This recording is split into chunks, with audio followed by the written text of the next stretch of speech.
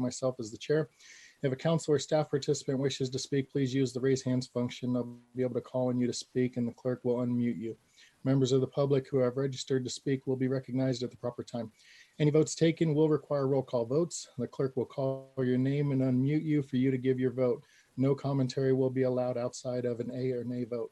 If you have any questions during any of the updates, please address your question to the city manager and he will delegate to staff on the call to answer any questions he cannot.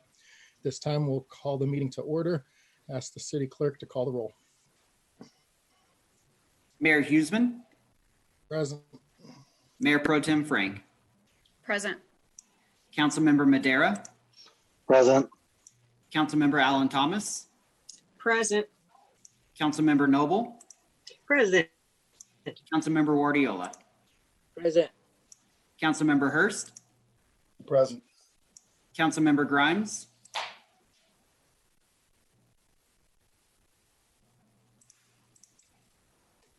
Councilmember Grimes. Present. Okay, thank you. Councilmember Smith. Present. Thank you. Mr. Mayor, you have a quorum. Thank you. For the record, everyone is present. No need to move forward on a motion. Next up, we have a modification of rules for public comment. The city manager has recommended having all public comment occur during citizen communication to help with running an orderly meeting. Persons who registered to speak under multiple items will be allowed to speak multiple times. Normally, public comment on resolutions and ordinances would occur when council considers that item. This time, I'm looking for a motion and a second to include public comment on ordinances and resolutions of citizen communication.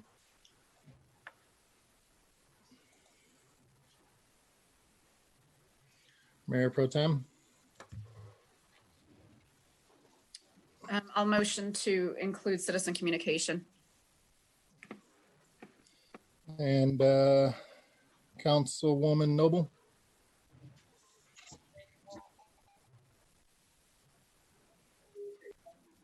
Councilwoman Noble, Okay.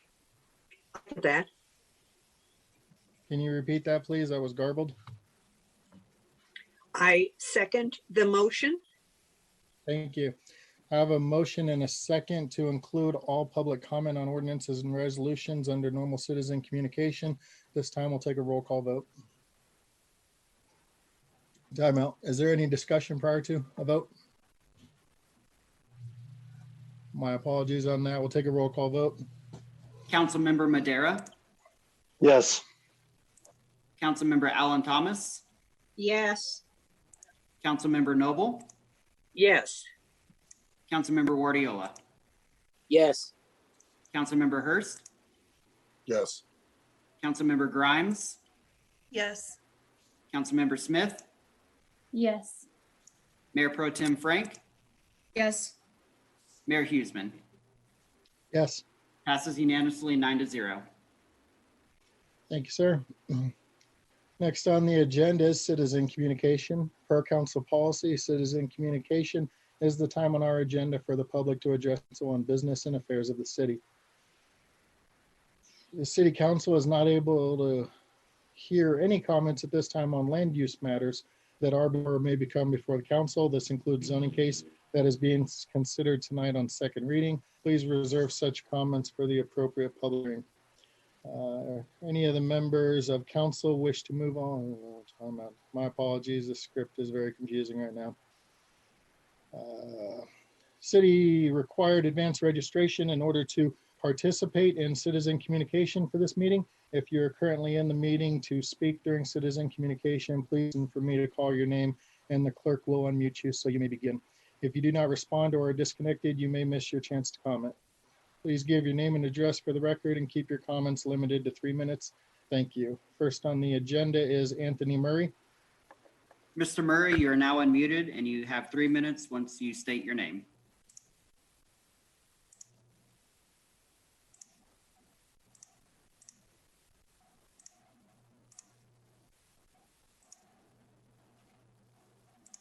Hi there. Can you hear me? Yes, we can. Okay, excellent.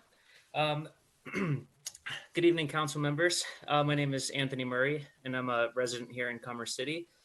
What I've come before you all tonight is in regards to the ordinance for the allowance of backyard chickens. In recent months, it's become increasingly apparent how important our food supply is to the well-being, health, and safety of our community. In the Denver metro, there are only 2 cities that have not adopted a revision to the ordinances regarding chickens, being Commerce City and Federal Heights.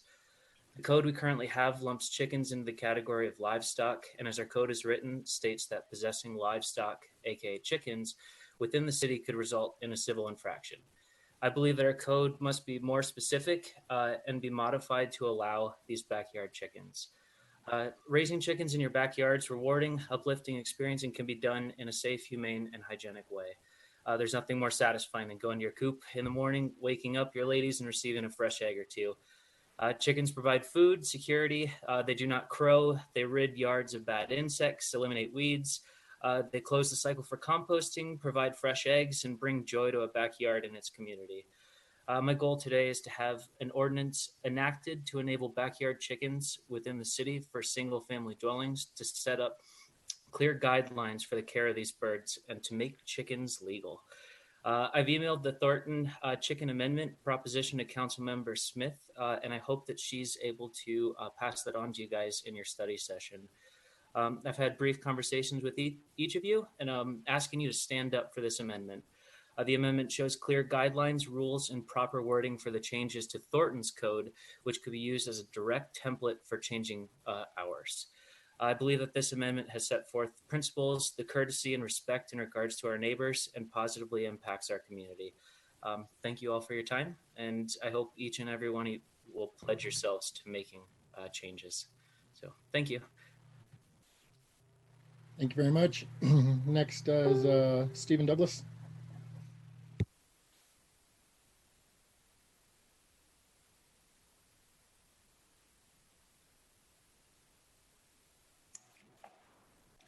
Mr. Douglas, you are now unmuted.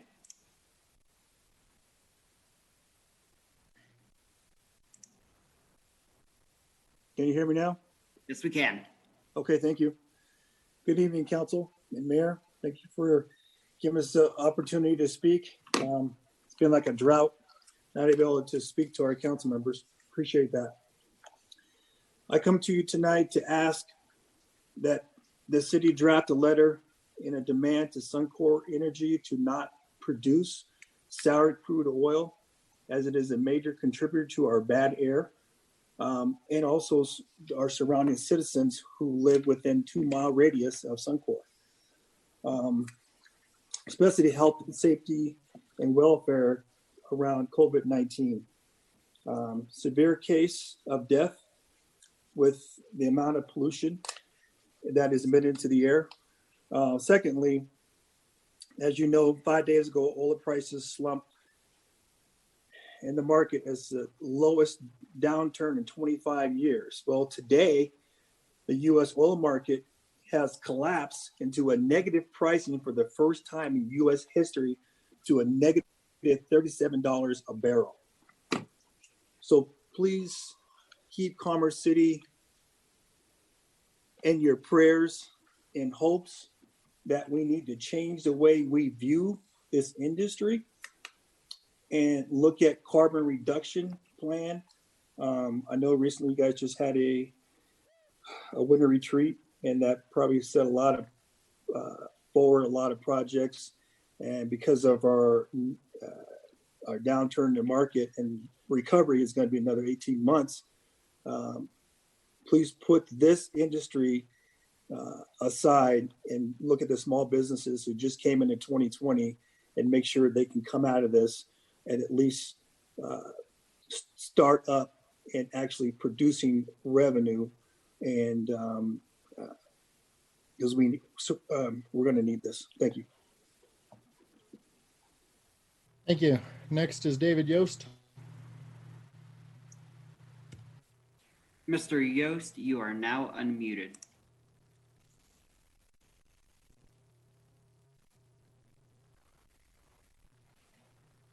Can you hear me?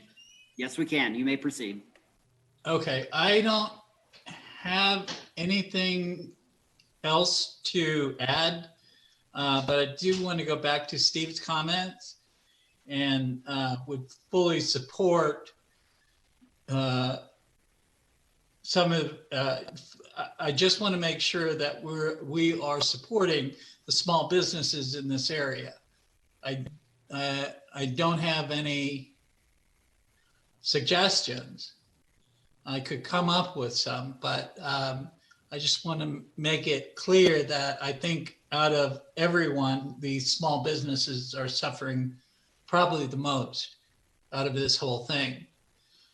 And I would urge City Council to make sure that we take care of the restaurants, the cleaners, the small businesses that influence our community, and make sure that they're stay afloat and stay alive.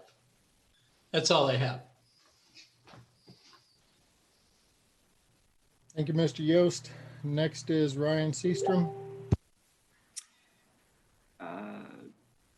Looks like Mr. Seastrom has left the meeting, but Mr. Seastrom, if you are the phone number ending in 664, please hit *9 so I know that is you. If not, Mayor, I don't see his name on the attendees list anymore. Oh, it looks like that is him. All right.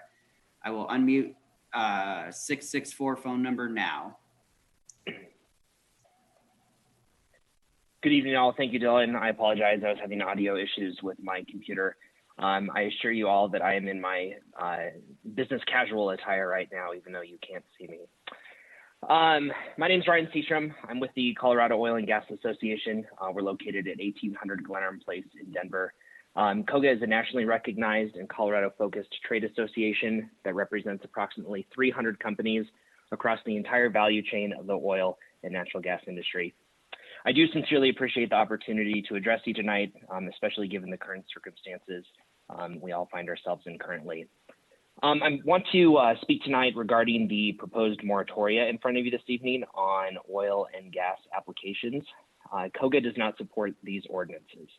COGA certainly understands the desire to not overwhelm staff while they are assigned to other duties due to the COVID-19 crisis, but this seems like a continuation of an attack focused on the oil and natural gas industry. I'm not aware of the city limiting or prohibiting development opportunities for other industries during this time either.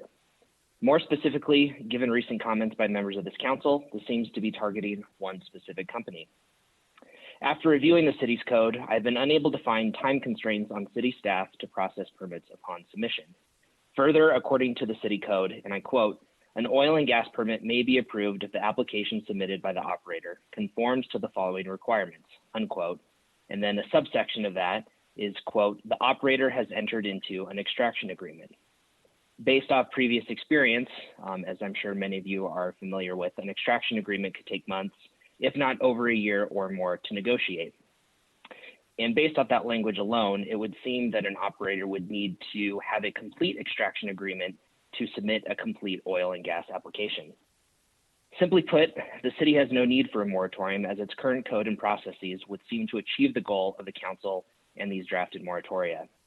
I do sincerely appreciate the opportunity to comment this evening and for your consideration of COGA's concerns. Obviously, please consider myself and COGA as a resource moving forward, and I hope that you and your families do continue to stay healthy and safe in this time. Thank you very much. Thank you very much. Last is Christy Douglas. Mr. Stephen Douglas. Yep, there you go. Okay, I was just making sure you're using the same device. Christy, you are now allowed to talk. Hi, this is Christy Douglas. Thank you so much for this opportunity to address the council in this forum. I really appreciate the fact that you have decided to include the citizens in comment. I'm a resident of Commerce City. I don't feel the need to give my address since no one else had to do that tonight. So, except for Mr. Seastrom, who gave his business address. So I'd rather not share my home address. I am commenting tonight on the fact that I watched the last city council meeting. And I would really like to thank those who voted to draft an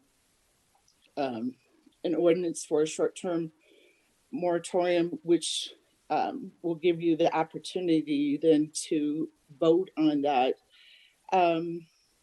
As you know, I've been working on this issue for the past decade, actually, trying to keep this out of our neighborhoods, and also to limit it in knowing the impacts that it has on our environment and our citizens. So what I would really like to comment on is the fact that there were a couple of council people who obviously see this as just another typical business wanting to come in to do business into the city. And I want to remind you that this is an industrial operation and it is not your typical business. And they are asking to go into places that they shouldn't be asking to go into. This industry is an industry that involves risk and danger. And I really want you to see it from a different perspective and to see it for what it really is. If this was a business that was really a benefit to the residents, I could see you brushing things off nonchalantly, but that's not the case. There are so many long-term repercussions that have never been addressed with this industry. And I just really want you to think long and hard about what your role is as an elected official, to take looking at this seriously and to understand that your role is to protect the citizens and not to promote an industry that relies on profits. So I appreciate the time and thank you. Thank you very much. I believe everybody that was on the list had an opportunity to speak. Members of the public were also able to submit comments online and by mail. No written comments were received by the deadline. If anyone wishes to speak at future council meeting, please check the meeting agenda and city website for information on how to register or submit written comments. Next up, we have a presentation for an update on the city's response to the COVID-19 crisis. City Manager McBroom, would you please provide that update? City Manager McBroom, you're now unmuted. Thank you, Mayor Huesman, and good evening, members of the City Council. As we did 2 weeks ago, we have brief verbal updates from myself, Chief Nichols, Deputy City Managers Smith and Tinklenberg. Also tonight, we have a separate presentation after we provide some general COVID-19 response updates, where I will walk through some slides that are in the packet regarding some community assistance programs that we are recommending to City Council. Regarding the city's update, the three following me will provide some greater detail. Our updates will be shorter than they were 2 weeks ago. Most city operations are still functioning. Some notable suspensions are still our 2 rec centers and the city's municipal court. Recovery planning is underway. We did just learn today from Governor Polis of his plans to remove the stay-at-home order and begin allow businesses to go back to sort of new normal operations. So we'll certainly be taking that into account. Our shift back to somewhat normal operations will be in what we would call a rolling fashion. It won't happen all at once, and it will be very much dependent on the governor's stay-at-home order and the related social distancing orders. One key example, we do know that Judge Juarez needs to hold 2 bench trials in the city's courtroom sometime in the next few weeks. So that's one example of a limited reopening of at least the courtroom for those 2 trials. We do expect social distancing to be with us for several months yet, although we're still understanding and going through the governor's comments today. It's clear social distancing will be with us for quite some time and will certainly impact our ability to return to normal operations. And that's one of the key reasons why we decided to close Paradise Island Pool for the season. Roger will be talking a bit more about that during his update. We are also very hard working on an amended 2020 budget. The budget will need to be amended due to revenue losses as related to the crisis. We are looking at a variety of ways to rebalance the city's budget given these lost revenues. Budget recommendations will be finalized within the next few weeks, and we'll be sharing that information with City Council. City Council action will be required to make amendments to the adopted 2020 budget. We have some very preliminary budget information. If you've looked at our slides regarding community assistance programs, we've tried to provide some very preliminary projections of how much revenue we think we may lose as a result of the crisis, and some initial thinking about how we would balance the budget on the expense side and utilizing some fund balances that the city has. So far, the city has not received any federal, state, or county aid. There is aid, especially at the federal level, that is being dispersed within the country. So far, city governments across the country, unless they are large cities over 500,000 residents, have not received any of that aid.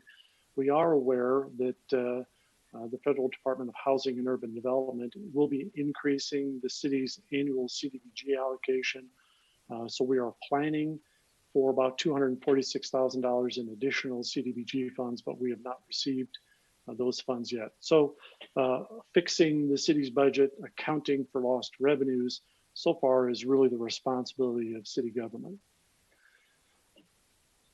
We are continuing to reevaluate the Buffalo Run Golf Course because it's an outdoor venue. We likely will have the ability to open that facility up before we can open other city facilities. That opening would be just the golf course, not the clubhouse. It's still impacted by social distancing regulations, so we're continually reviewing Tri-County Health Department's updated guidance about how to meet social distancing requirements when operating a golf course. Additionally, we are about to finish some restoration work on some of the holes on the front nine that were impacted by construction on 112th Avenue. And so we're looking forward to a time when we can open the entire course, not just the back nine. We are aware that most municipally operated courses are still closed. Denver did announce, I believe today, that they intend to open their golf courses within the next few days. So that's certainly information we're taking into account. I would say overall, when it comes to city government, I think city employees are handling themselves very well in what is still a very difficult situation. City employees are adhering to our values and treating each other and the community well. Our employees are staying healthy and abiding by public health guidelines and working together. We have been very action oriented. Certainly not every action we've taken has been the right one. The key for us is good feedback mechanisms, constant evaluation of the steps that we're taking, and making adjustments. So a few comments about what we're observing that's happening out in the community. We have been called upon to intervene to address some public health order issues within our community. I would think, at least myself and other staff, it's been less than we thought when the stay-at-home order was initially issued. We expected more calls for service. There have been some. Crowding at the grocery stores, for example, parties in residential neighborhoods, concerns about cleanliness at carry-out restaurants, and requests for businesses to reopen while the stay-at-home order is still in place.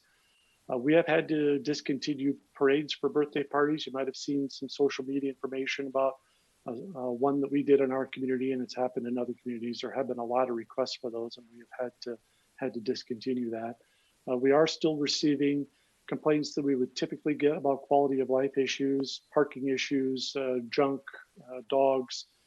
Certainly, we expect weed issues and complaints to start up here pretty soon now that we're in the spring growing season. You might have seen there have been some protests. There was a fairly large protest in Denver yesterday. We've been hearing about other potential protests. Certainly that would be a potential area of response for our police department to make sure those happen orderly and safely.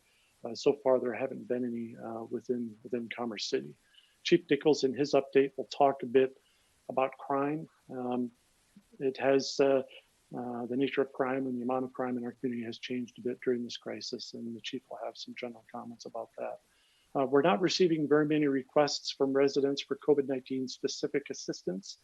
Our conclusion from that is most human services or social services requests are being made of other agencies, particularly county and state government, with also requests coming into nonprofits. City government has been asked to help support some work of our nonprofits already in helping those that are impacted by the crisis. I would say overall, my sense is that the community has responded well to the crisis.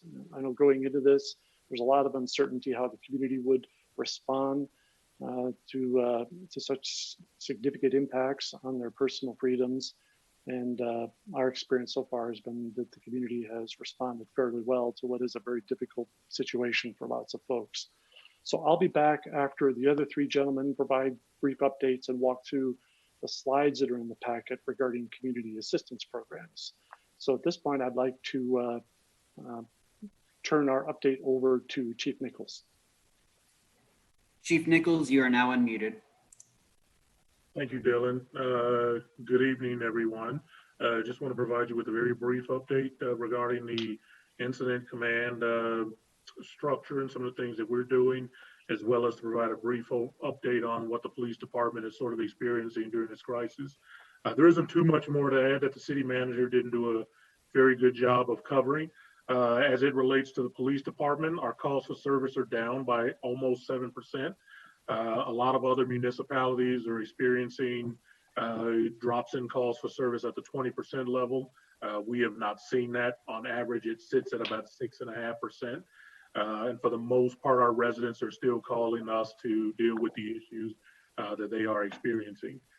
As it relates to crime, as you can imagine, the less folks that are out and about, there's less of an opportunity for criminal issues to take place. So while I would love to say we've had zero crime, most of it has been, for the most part, relatively lackadaisical. It hasn't been anything to get too overly excited about.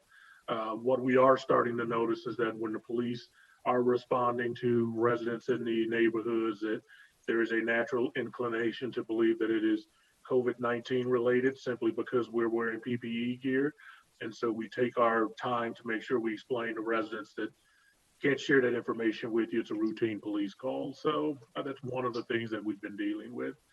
So as it relates to crime, that's pretty much it, just par for the course. As the city manager did mention, our officer initiated activity is down quite significantly for a couple of reasons. One, we've asked them to not expose themselves to potential risks. So we've asked them to sort of take a step back from doing proactive enforcement efforts if they can avoid it so that we can keep them safe.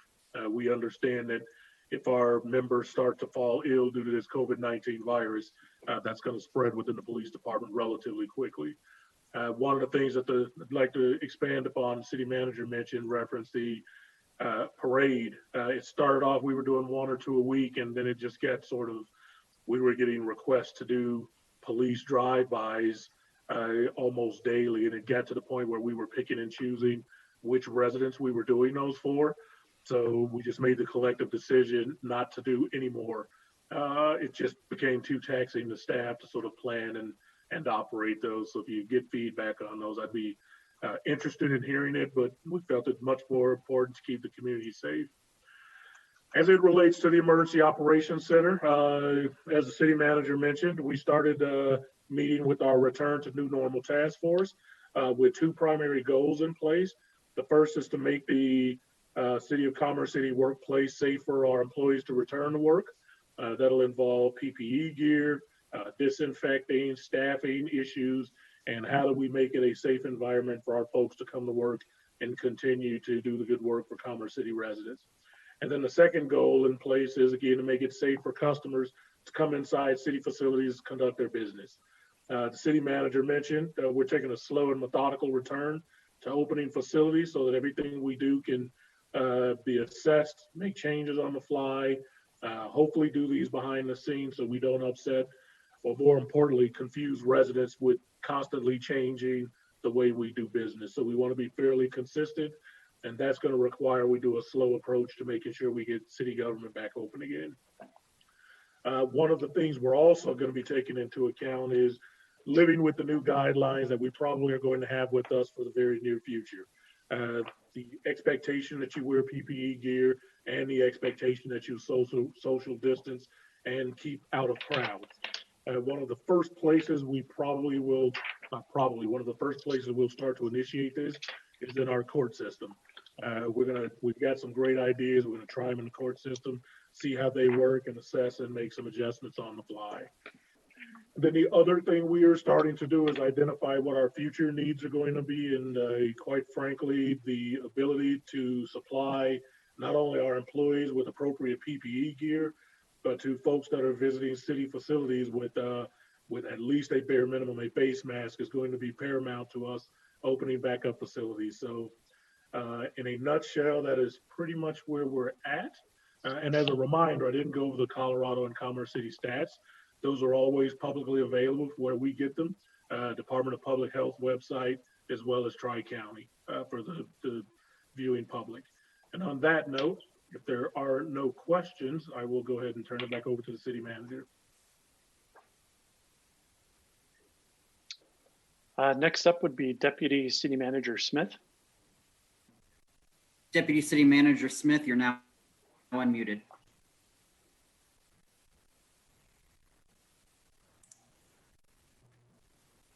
Deputy City Manager Smith, you're not coming through for some reason. There we go. Can you hear me now? Yes, we can, sir. All right. Good evening, Mayor and City Council. I'm going to briefly run through some updates since the time we last met.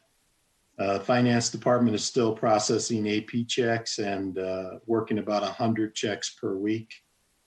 All staff across the city is required to do 2 new ICS training classes that were a requirement from FEMA relative to our reimbursement. So instructions gone out to all staff about completing that additional training. Our audit began, our annual audit for the city's finances began today and will run through May 8th. And finance is busy doing revenue estimating and cost cutting activities to bring forth a recommendation to City Council in the near future. We've had 17 audits postponed now as a result of COVID-19. We have 7 past due unpaid assessments that have not been processed. As a reminder, the March tax returns will not be in until May 11th, and the April returns will not be in until June 10th. So far, COVID spending on specific supplies and equipment is at $27,211. This cost will go up over time as necessary supplies and equipment become more available to us. Moving to community relations, Council in the last meeting asked for some specific data related to both website and our Facebook and social media posts. That information was set out in the city manager's update a week ago, and some new data for you is available tonight. In addition to our existing COVID pages, Communications has created a COVID web resource for Spanish speakers, and that page has been viewed 107 times. Our COVID page has been viewed 923 times. It's the most frequently viewed page on our website, with the exception of our homepage. ED supporting local restaurants page has had 143 viewers. The business resource page 186, and our PRG COVID page has been viewed 102 times. So these are very good resources for the community, and a lot of people are utilizing them clearly to get information about our operations. The city's building permit page is now the 3rd most viewed page of all of ours, and it's received 781 views between April 6th and the 17th. Facebook followers have increased by 4%. We are reposting a lot of this information we're putting on the web out on Facebook, and so people are picking up there.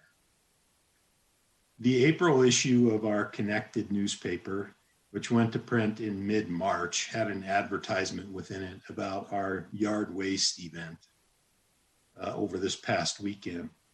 We failed to cancel that event appropriately with the community. I would like to apologize to any residents that showed up on Saturday to A1 Organics for the event and were turned away. I also apologize to the City Council for this error.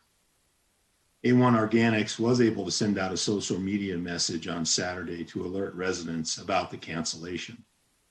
The next yard waste event is scheduled for May 16th.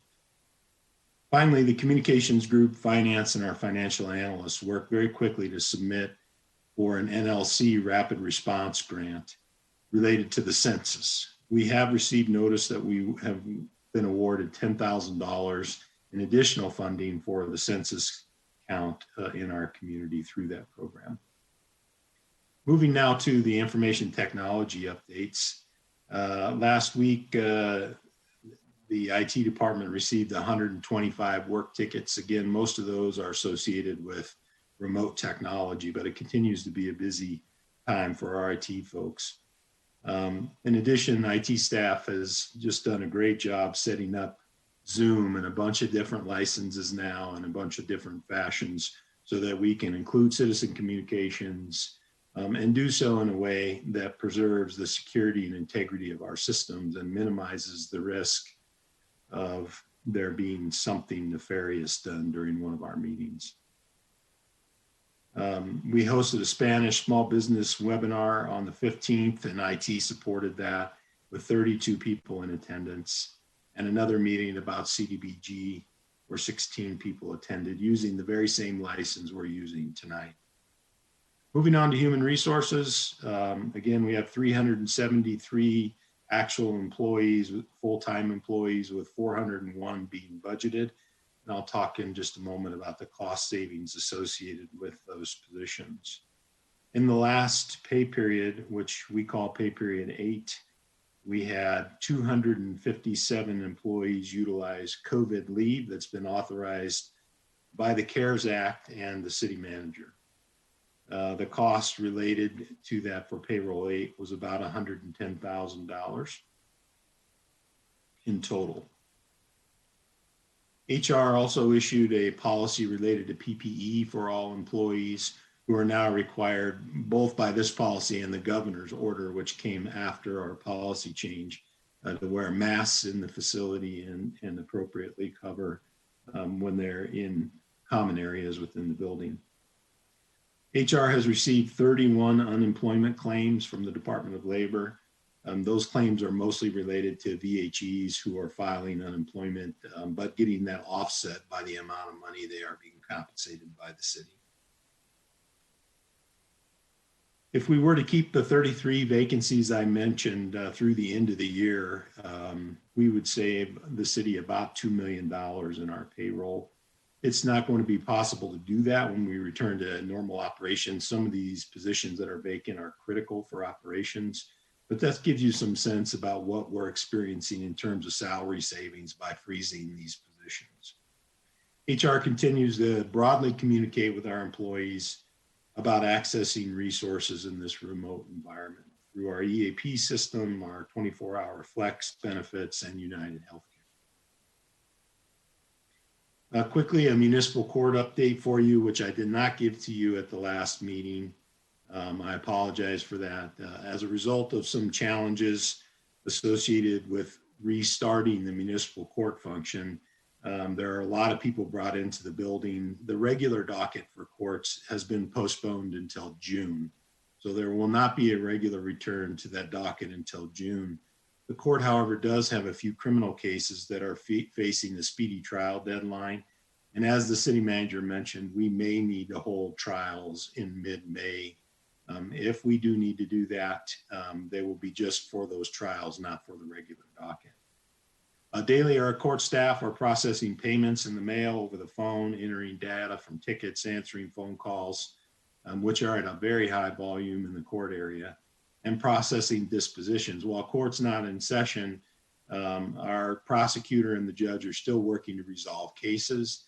People are completing their sentences and sending that material in. So there's a lot of work running through the courts division. Finally, moving to the city clerk's office. The city clerk, community development, the finance department recently came together to meet to how to determine to process general business licenses during this time of closure. Since March 12th, the city has received 19 general business licenses, 2 marijuana applications, and 1 renewal application for marijuana. No new licenses have come in for anything since April 6th. The city clerk's office has also received 43 open record requests since March 12th. That ends my update for you. I would be happy to answer any questions you might have. Okay, I turn it over then to Deputy City Manager Tinklenberg. Deputy City Manager Tinklenberg, you are now unmuted. Thank you, sir. Good evening, Mayor and Council. I'll start with community development and then move on through Parks, Recreation, Golf, and Public Works. Staff continues to work with the Del West team on the Mile High Greyhound Park on their plat and public improvement agreements. Also, the comprehensive plan update, staff has finalized the scope of work with the contractor, and that can be brought to you for action in May, but that's pending budget reductions. So that may be one of the areas where we need to hold off and claw back the money, if you will, for at least temporarily. And then special projects, again, they've been working on a number of improvements, streamlining type of projects, trying to get ready for when business opens back up. And those are land development code amendments, what to do with wildlife mitigation, tiered application plan review, that type of thing. So again, trying to improve our processes. In terms of development items, both Troy and Brian touched on this, but there's been a tremendous amount of building inspection requests as well as building permits. So the staff has handled over 1,000 building inspections just in the first 20 days of this month alone. In addition, we've had 217 building permits that have been processed, and we have an additional applications that have just come in and remain to be processed. The Building Safety Division has also started remote video inspections, and that's for basement finishes, home repairs, that type of thing. It's not safe for them to go into a home that's occupied due to the social distancing constraints. So they've set up this remote video inspection process so that we can continue to handle those as well. So the building inspections I talked about, those are all for new construction. So we're trying to handle both. In addition, community development is working with community relations on a communication release to the community that will set up the new land use application intake process, and that was scheduled to start today.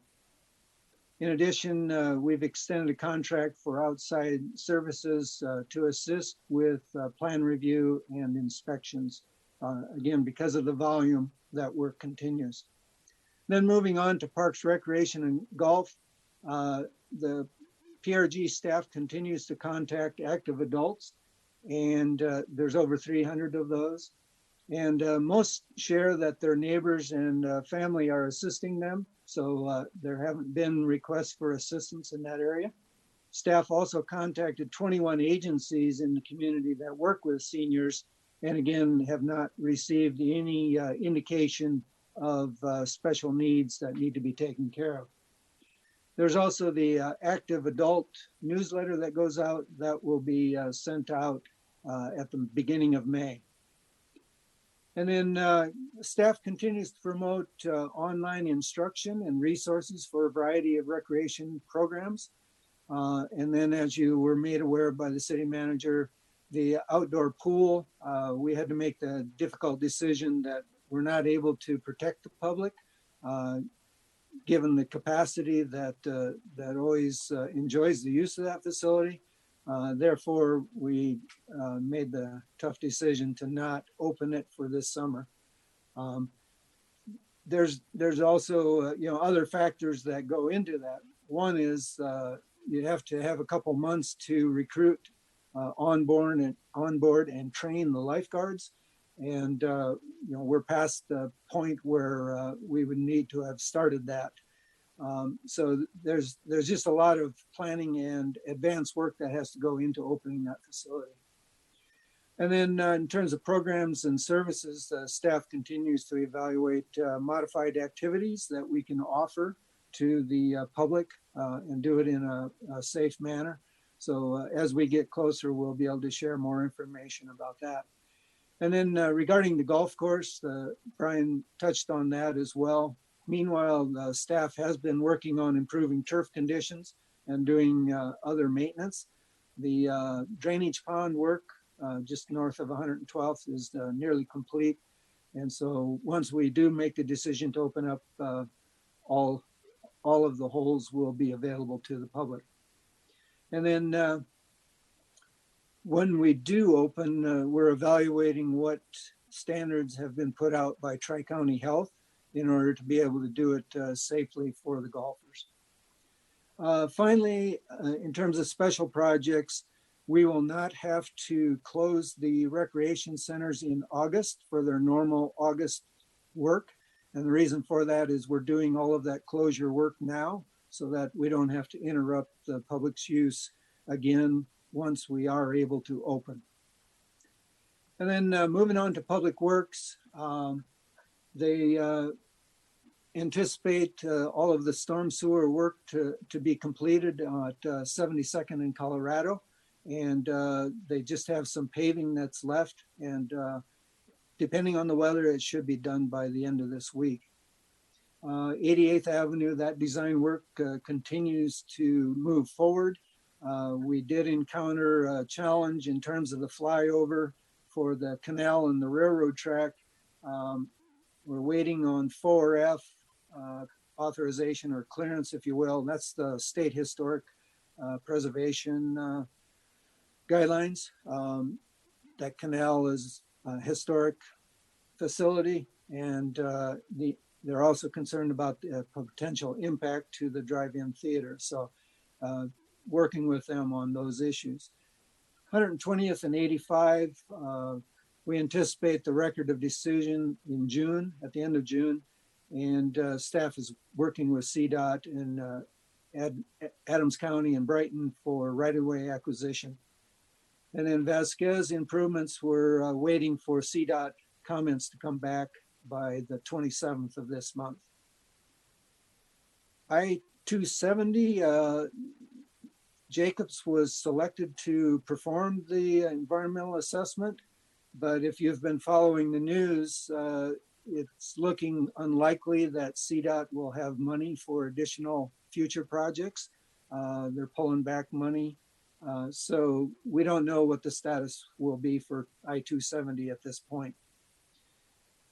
Talking about some of the local projects, the 104th Avenue traffic signals, we're still waiting on power supply units that are back ordered. So as soon as those arrive, then we can move forward.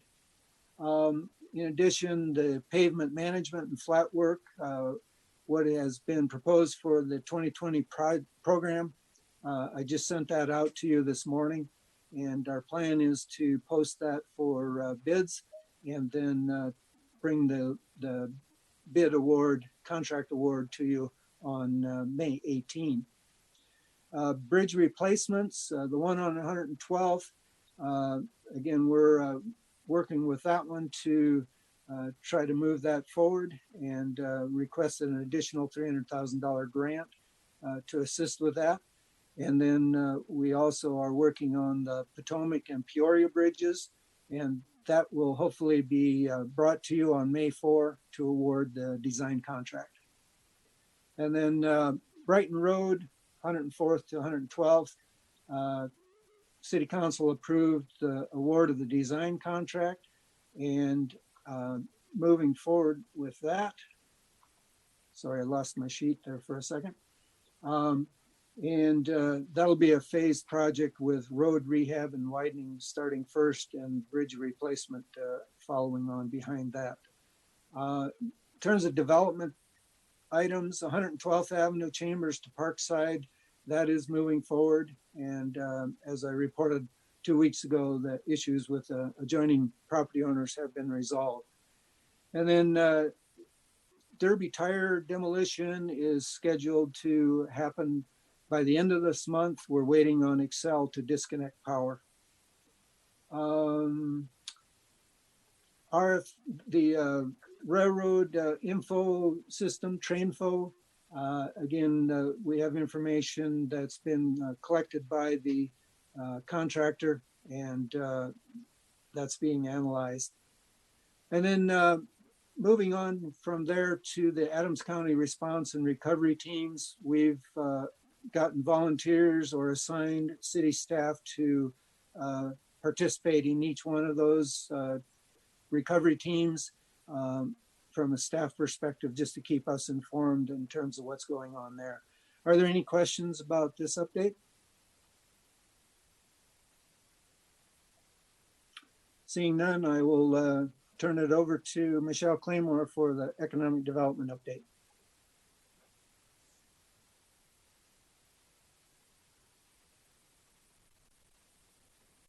Just a quick correction there. Michelle's not providing an update tonight to City Council in order to shorten our update up a bit. It might be good to pause at this point and see if council members have any questions about those updates. If there aren't questions, I'm happy to roll then into the PowerPoint that's in the packet that summarizes our request for community assistance programs. Are there any questions before I begin the presentation? Councilwoman Allen Thomas. Councilmember Allen Thomas, you're unmuted. Yes, thank you. I did have just one question for Roger. Roger, the Derby Tire location, is that owned by the city, by Commerce City now? I was just curious.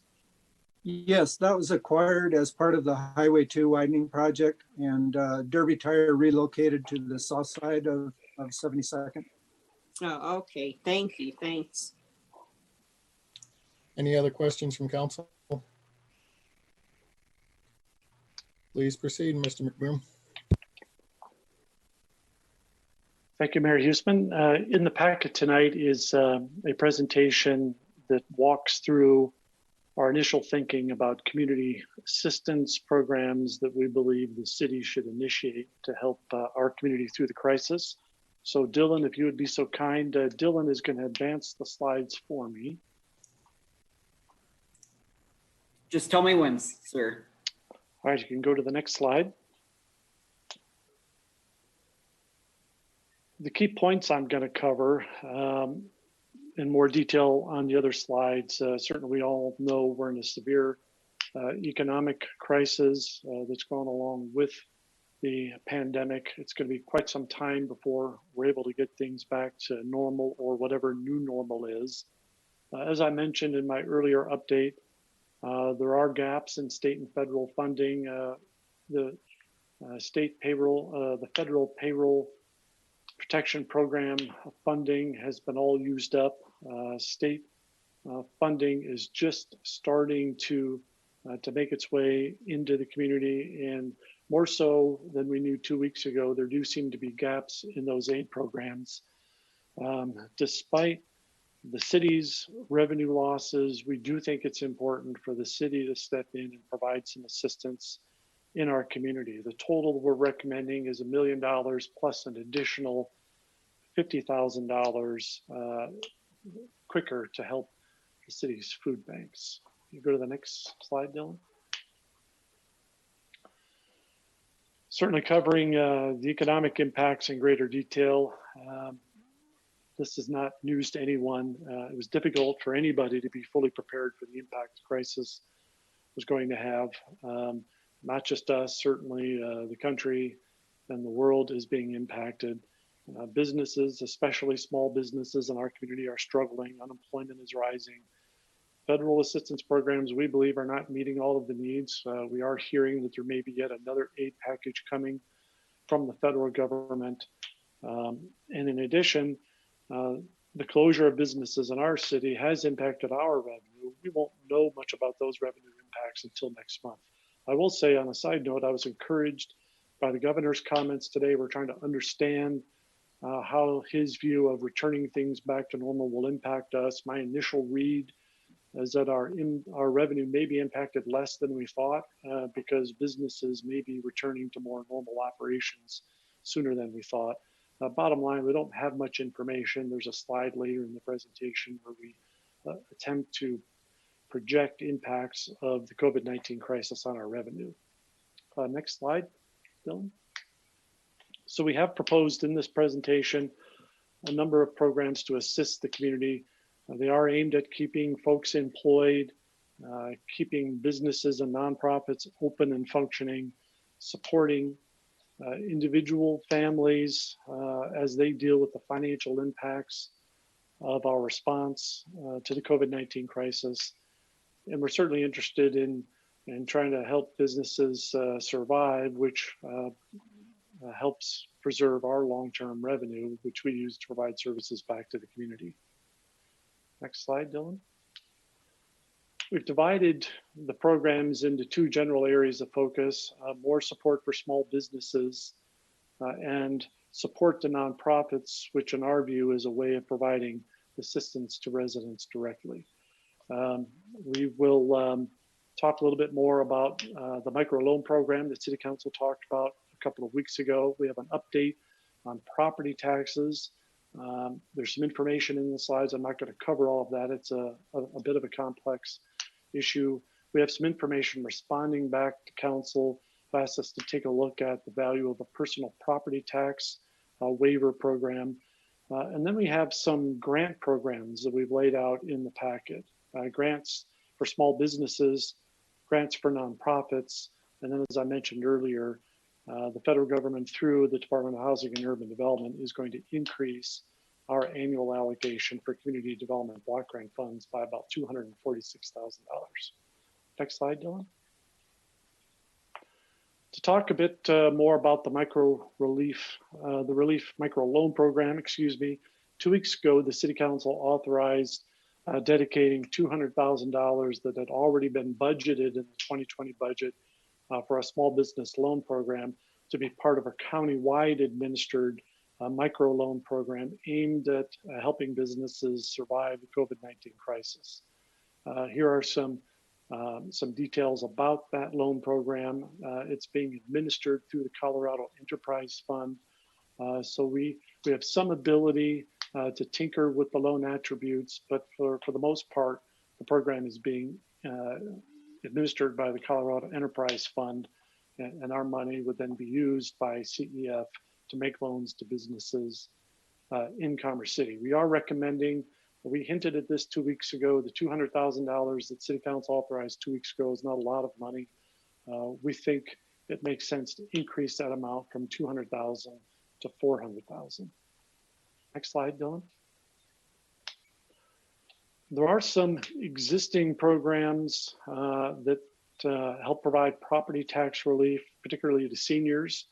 In terms of business personal property taxes, the county has waived some interest and is offering payment plans. Personal property taxes themselves are generally a rather small part of a business's property tax payment. And we'll talk about this on a later slide. The city is not able to waive taxes. What we can do is rebate taxes. In terms of real property taxes, the county has waived some interest. And just as a side note, all property tax revenue that the city receives, city government directly, it's only about $3 million annually. And that's both real property. Most of that is real property taxes. A small portion of that is personal property taxes. Next slide, Dylan. The next few slides have much more detailed responses to the property tax questions that came up 2 weeks ago. I've summarized the information on the prior slide, so I'm not going to cover these slides in detail. I will note, though, so far from what we can tell on the Adams County Assessor's website, the county assessor seems to be noting, the county treasurer seems to be noting the relief that the governor has authorized. We are still not clear from information on the county treasurer's website if the relief authorized by the governor to waive interest and set up payment plans has actually been implemented by the county treasurer. You could go to the next slide, Dylan. Go ahead and go to the next slide. And those are more background information with more detail on programs that are available at the county level regarding property taxes. We did include, I think Mayor Huesman a couple of weeks ago showed an example of a property tax bill. This is another example. It lays out that a number of entities collect property taxes. The city's portion of the property taxes is fairly small. Next slide, Dylan. There is an existing program that helps provide some property tax relief for seniors. We've listed the eligibility here. You can see at the bottom of the slide how many applicants there typically are every year and how much the city is rebating back to seniors who qualify for this program. Next slide. City Council did discuss last week about the possibility of offering a personal property tax waiver for businesses that are eligible for personal property tax, but because they're closed are not generating any revenue. Our general recommendation is to focus on the other business assistance programs, particularly the grants and the microloans that we've laid out in the presentation tonight. Because personal property tax tends to be a very small amount, it might be better to focus our efforts on the grants and loans that we've laid out. I think it ends up being a much bigger benefit, particularly small businesses in the city that are struggling to manage the crisis. If City Council wished to proceed with the personal property tax waiver, it would actually have to be a rebate. Businesses would have to pay the tax, and then the city could pay it back to them in the form of a rebate.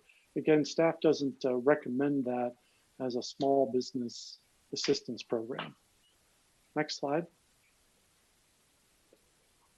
We are proposing that City Council authorize an additional $400,000 specifically intended to be grants. So the other $400,000, the $200,000 that City Council authorized on April 6th, and the $200,000 that we're recommending tonight would be for a small business loan program. This additional $400,000 would be exclusively for grants, smaller amounts up to $5,000 that businesses would not need to pay those funds back. We've listed our initial thinking about eligibility requirements for businesses. It's certainly not a perfect program. I know one council member had some questions about the eligibility. We're happy to talk through that with council members tonight. By keeping the grants smaller amounts, the $400,000 certainly goes further and has the potential to help a greater number of businesses. Next slide, Dylan. We are also proposing $200,000 initially as a grant program that the city would administer directly to nonprofits that operate in our community and are helping our residents through this COVID-19 crisis. We think providing grants to nonprofits who service our community is a better plan than the city providing grants to residents directly. By providing grants to nonprofits, nonprofits are great at taking a little bit of money and helping a lot of people with it. I do think ultimately $200,000 may not be enough because federal aid through the CARES Act just started arriving to residents last week. I would say resident aid from other sources was later in materializing than support for businesses. So we don't know a lot yet what the need is amongst residents in our community. We think this is a good start. And then especially as we learn more about the city's financial position and our revenues, we could certainly come back and recommend that the City Council put additional funds into this grant program.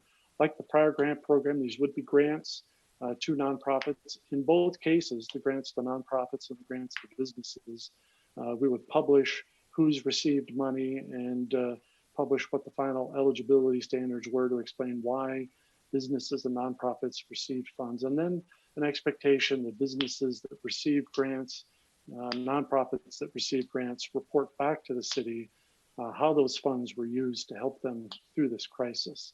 So transparency on the front end to let the community know where the money went, and then transparency on the back end for businesses and nonprofits who benefit from these grant programs to share information with the City Council about how those funds were used to help them through the crisis. The very last item on the slide, I mentioned this earlier, in addition to the $200,000 available in grants to nonprofits, I do think there's a strong case to be made that the 4 food banks that are operating in the community currently really help them out right now. We do know that their requests from our residents have gone way up. Council members have told me that they've heard the same thing. More residents than ever are reaching out to these food banks for assistance. So $50,000 divided amongst those 4 food banks could be a terrific shot in the arm for them to keep them providing direct support to residents in our community who are affected by the crisis. Next slide, Dylan. This is a summary of what I've just covered. So it's a $1,050,000. The $200,000 in the top line of the slide is the $200,000 that City Council gave a nod to 2 weeks ago. The rest would be essentially new money that we would move within the city's general fund budget to be able to fund these programs later on the agenda. We provided an emergency ordinance. That was at the suggestion of Mayor Huseman. Let's get the funding lined up tonight to keep these programs moving just as fast as possible. So City Council, if you're satisfied with the programs, you'll have the ability to make the budget amendment tonight to authorize us to begin spending the money. Next slide, Dylan. The other side of this equation, so we've covered a bunch of slides to talk about spending money out in the community to help businesses and residents through the crisis. It's important to know if we can afford that, and that's a tough question to answer. 2 weeks ago, I would not have been comfortable recommending $1 million total now in new money spent on new programs out in the community. I think we know enough now to know that we can provide this funding out in the community, but we still have a long way to go to understanding what the total financial hit is going to be to the city with lost revenues. This last bullet is a bit of a scary number. The only information we have based on revenues over the last month suggests that our revenue, if it continued in this fashion, could be as much as a 24% loss over the course of the year. I will tell you that's a bigger revenue loss than other cities are projecting. We're keeping an eye, of course, everybody's sharing information amongst the communities of Metro Denver. And also the governor's comments earlier today about allowing businesses to open, some businesses to open with social distancing requirements in early May would certainly have a positive impact for us. It would mean that the overall revenue impact over the course of the year may not be as significant as 24%. But because we don't know, we're starting to plan for that in terms of recommending to council ultimately some adjustments to our budget to help cover what could be a fairly significant loss in revenue. Despite that loss in revenue, I still believe the community assistance programs that we're recommending tonight are appropriate expenditures for city tax dollars. Next slide, Dylan. This is a slide that walks through how we came up with the 24% reduction in revenues. So these are the actual 2020 budget numbers plus some estimates of what different percentage reductions would mean in lost revenue. So again, as I mentioned 2 weeks ago, I emphasize it again tonight, it'll be well into May before we have better, more accurate data on how our revenues have been impacted by the COVID-19 crisis. Most businesses didn't begin slowing down operations until mid-late March. The revenue, when we book it in our accounting system, lags about a month. So it won't be until mid-May that we're starting to book in April revenue that'll give us a much clearer picture of how our revenue is impacted. Next slide, Dylan. The prior slide had a rough projection of revenues. We did the same thing with expenditures. It's unlikely that I would recommend to council a straight line percentage cut in our budget. It's about cutting strategically where we can or delaying expenses when we can. And this is just an example of what impact it would have on the expenditure side if we reduced expenditures by a value of 10%. Next slide, Dylan. Other things that we're considering, we're not, I would say other budget recommendations aren't fully complete yet, and that's why we're not recommending them to you tonight. I think I know enough about our budget situation to be able to confidently recommend to City Council spending money on new programs, while at the same time we're continuing to analyze a number of ways to cut expenses in order to amend the city's 2020 budget and get back to a balanced budget. These are some of the things that we're looking at. Next slide, Dylan. So we've come to the end of the overview. One last thing I want to mention before I encourage council to discuss these programs and ask any questions. I do think whatever form these assistance programs take, I think there's an important role for City Council to play, not only in improving actions to spend money under the city's budget, but then to help us promote these programs out in the community. You each have terrific networks. In addition, we think this is a great program to use video to promote the programs and talk about how residents and businesses can benefit from these expenditures that council is laying out. I've even talked with a couple of council members about the idea of doing a town hall specifically focused on community assistance programs. I've been reluctant to hold a city town hall during the crisis at this point because we're not public health experts. And I think a lot of the questions we might get from the community would be public health related, but potentially a town hall that just focuses on the city's community assistance programs would be a great way for City Council to be sharing positive news and answering questions about how you as a City Council are trying to help the community through this crisis. So I'll leave it there. We have a couple of actions here that we're recommending to council tonight, but happy to answer any questions council has about the information. I know it was a lot to cover. Open it up for questions. Councilman Guardiola. Councilmember Guardiola, you are unmuted. Thank you, Mayor. Hey, Brian, do we have end report for whoever gets our loans or the grants so we could kind of keep track of that and use it for further if we need to, just to, and kind of, is it going straight to residents or is it outside businesses serving residents? What are the guidelines and then the report? Well, that's a very good question. First of all, any business or any nonprofit that would receive money through either of these grant programs would be expected to report back to the city later this year how the funds were used. Additionally, the money dedicated, we're proposing to be dedicated for nonprofits would be, the idea would be that nonprofits eligible would be those nonprofits that serve Commerce City residents. And we would ask them to report back to us how the grants that were provided by the city were used to benefit Commerce City residents. At this point, we're not recommending aid directly to residents, only because I think providing funding through grants to nonprofits is a better way to help a greater number of residents.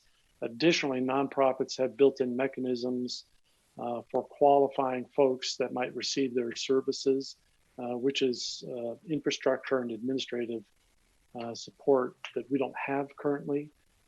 It's not to say that it couldn't be done. I think when Councilman Guardiola and I were speaking last week, there are some cities in the country that are providing aid directly to residents. I think at least initially providing grants to nonprofits would be a better way to help a greater number of our residents quickly. Thank you. Councilwoman Noble. Councilmember Noble, you're unmuted. Thanks. Thank you, Ryan. It's very thorough. Really appreciate it. I do have a few questions. One of them relates to what Councilman Guardiola just suggested about a report. And it would be wonderful if we could have that information sooner than later. Yes, a report on how they used, but also a report on money going out the door and who it went to in real time, the nonprofit and the businesses. Secondly, I wanted to make certain that the grant money be going to publicly traded companies. So I think that's covered by individually owned, but I just want to reemphasize that. And the third item is that I was a little concerned about 6-month requirement, because there have been some businesses that have opened up here in Ward 4 recently. Since December, January, and they kept their doors open and are continuing to function and help out residents. And it sure would be nice to be able to provide assistance to them too. This may be the case throughout Commerce City, but I'm just concerned 6 months. I understand why we want to do it that way, because we want to make sure people last and make good use of the money, but financing might be exactly what they need in order to make it through the year and into next year. Thank you. Thank you, Councilwoman Noble. Any other questions for staff?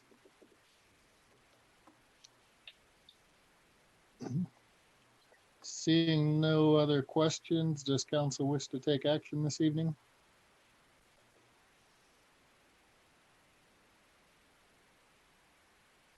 Mayor Pro Tem Frank? Mayor Pro Tem Frank, you're unmuted. I would like to make a motion to amend the agenda to move ordinance 2274 and related actions to be discussed and voted on now.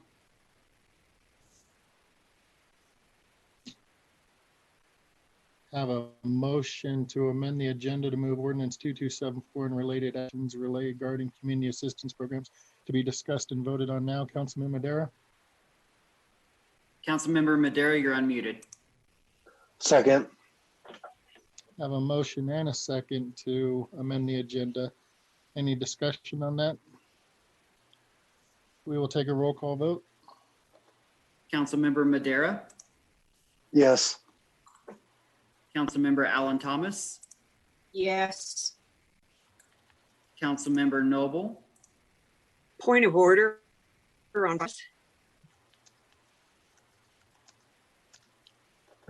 Go ahead, Councilwoman Noble. I wanted to hear answers to the 3 questions that I posed.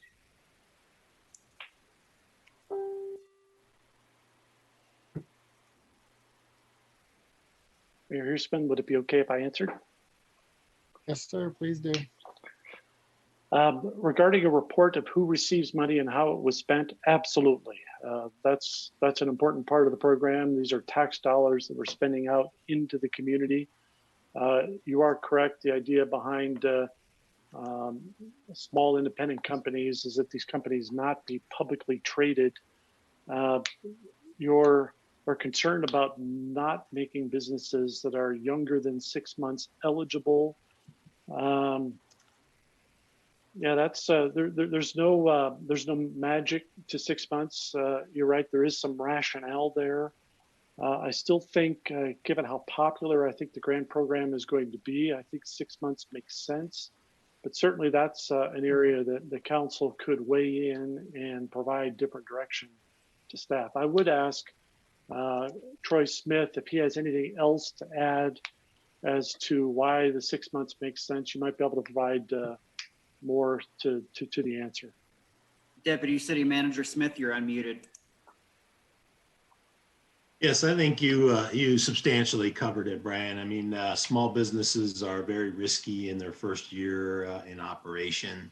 And this type of financing was not intended to help that business necessarily survive the COVID crisis. It was more intended to address a gap in financing that we've seen with businesses who are awaiting funding for that kind of capital improvement from other funding sources. And so based on our research that we've done with other communities, that's the standard that they had set. But certainly, as the city manager mentioned, council could amend those requirements in any way they wanted.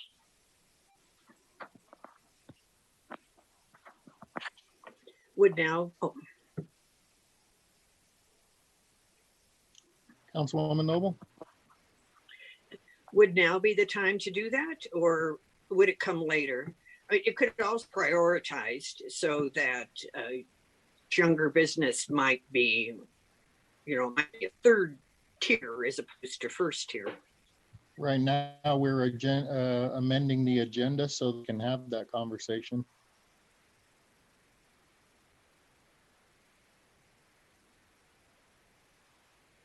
I believe we were doing a roll call vote, correct, City Clerk? Correct. The roll call vote was to amend the agenda to make ordinance 2274 the current item for discussion and consideration. Please proceed with the roll call vote. Councilmember Noble, Yes. thank you. Councilmember Wardiola, Yes. thank you. Councilmember Hurst, Yes. Councilmember Grimes, Yes. Councilmember Smith, Yes. Mayor Pro Tem Frank, Yes. Mayor Huseman. Yes, Carries unanimously 9-0. thank you. Based on that, our agenda is now amended and this is the current item for discussion. Want to confirm with the city clerk that no members of the public registered to speak on this item? Mayor, no members of the public registered to speak on this item. Okay. I'm at the point to ask whether or not we want to have a motion, but I think some people would like to see some amendments to the program. So, Mr. Attorney? City Attorney Sheasley, you're unmuted. Good evening, Council, and thank you, Mayor. I just wanted to note procedurally here, the way this has been set up is through an ordinance as an emergency ordinance and then a motion later on the food banks. Because of the push to get this into place, I think if Council wanted to modify some of the guidelines or establish some requirements, I think the only one that's been discussed so far is the length of time the business has been in operation. Before considering the ordinance, Council could just reach a consensus and have a vote on individual guidelines. So for example, Council would ask that the program be open to businesses that have been open for 3 months or 4 months or no months, and then just take a vote on that or see if there's any objection, and the city manager would accommodate those changes into the guidelines that would be developed. Hey, does anybody wish to amend the requirements of the program that were previously stated by the city manager? Councilwoman Noble. Councilmember Noble, you're unmuted. Thank you very much. Yes, I would like to make it 3 months, but that it would be tiered priorities. So it would be the last priority business in terms of amount of money we have available. I don't quite know how to word it again. That's one of the drawbacks of doing it this way. I get distracted, I think. Are you making a motion? Do I make the motion or just asking if other people feel this way? That's fine too. If that's your desire and that's your motion, then we'll look for a second for that motion.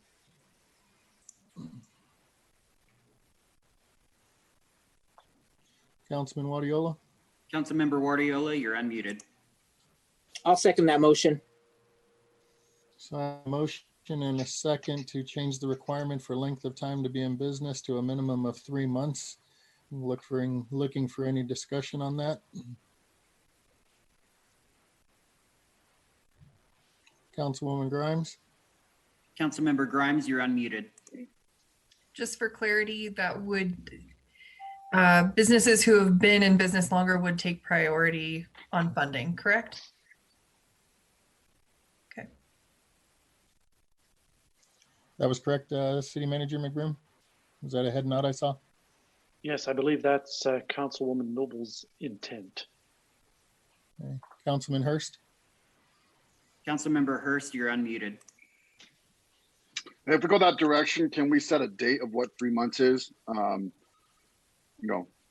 Is that February 1st? I don't know. Just whatever. We should set a hard date so it's not like a rotating 3 months. It's your business you must have had a business license before this date for us to be considered.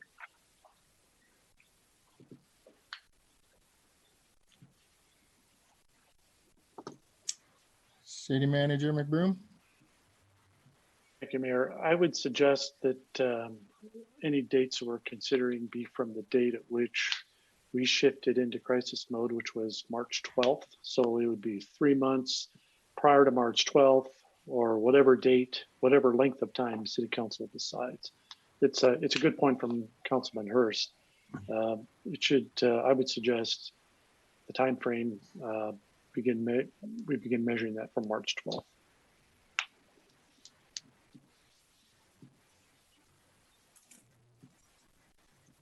So before I look for the motion maker to amend her motion to encompass that, I'd like to know what is the reasoning behind 3 months? Why not just make it for any business? Councilmember Noble, you're unmuted. Well, I wasn't thinking of someone who had just put in a business license but hadn't yet opened up shop, for example.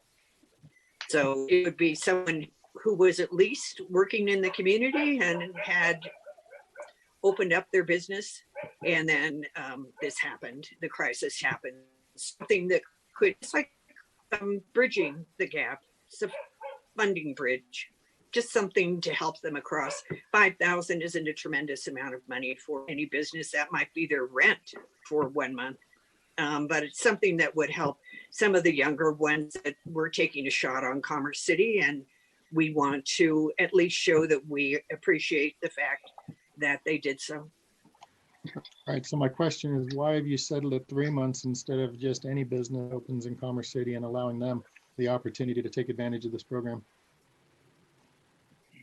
I just explained why, Mayor Huseman. I said it was because they had opened their doors and they were giving it a try. It wasn't just taken out a business license and hadn't even rented space or done any other work.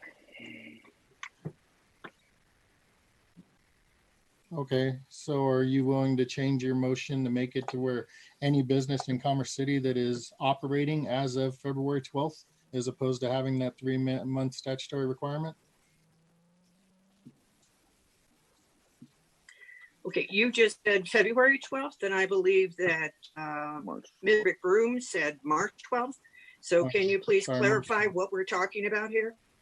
I thought I heard February 12th. March 12th would be the date. So any business operating as of March 12th that is serving customers within Commerce City would be eligible? I think 3 months is a good compromise on that basis. So let's just stick with 3 months. Okay, any other discussion?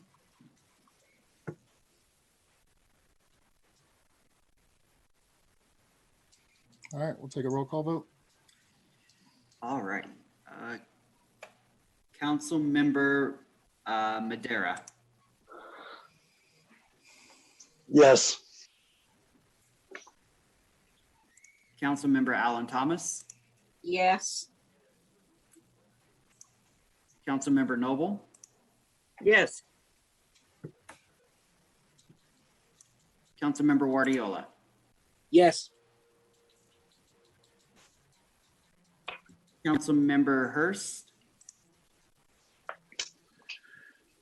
Yeah, I was trying to raise my hand for one more comment, but because I want to have the discussion about just having it as of March 12th, you know, doors open, operating business. But I support this. I just want to have that asterisk to it. So I as it stands, no.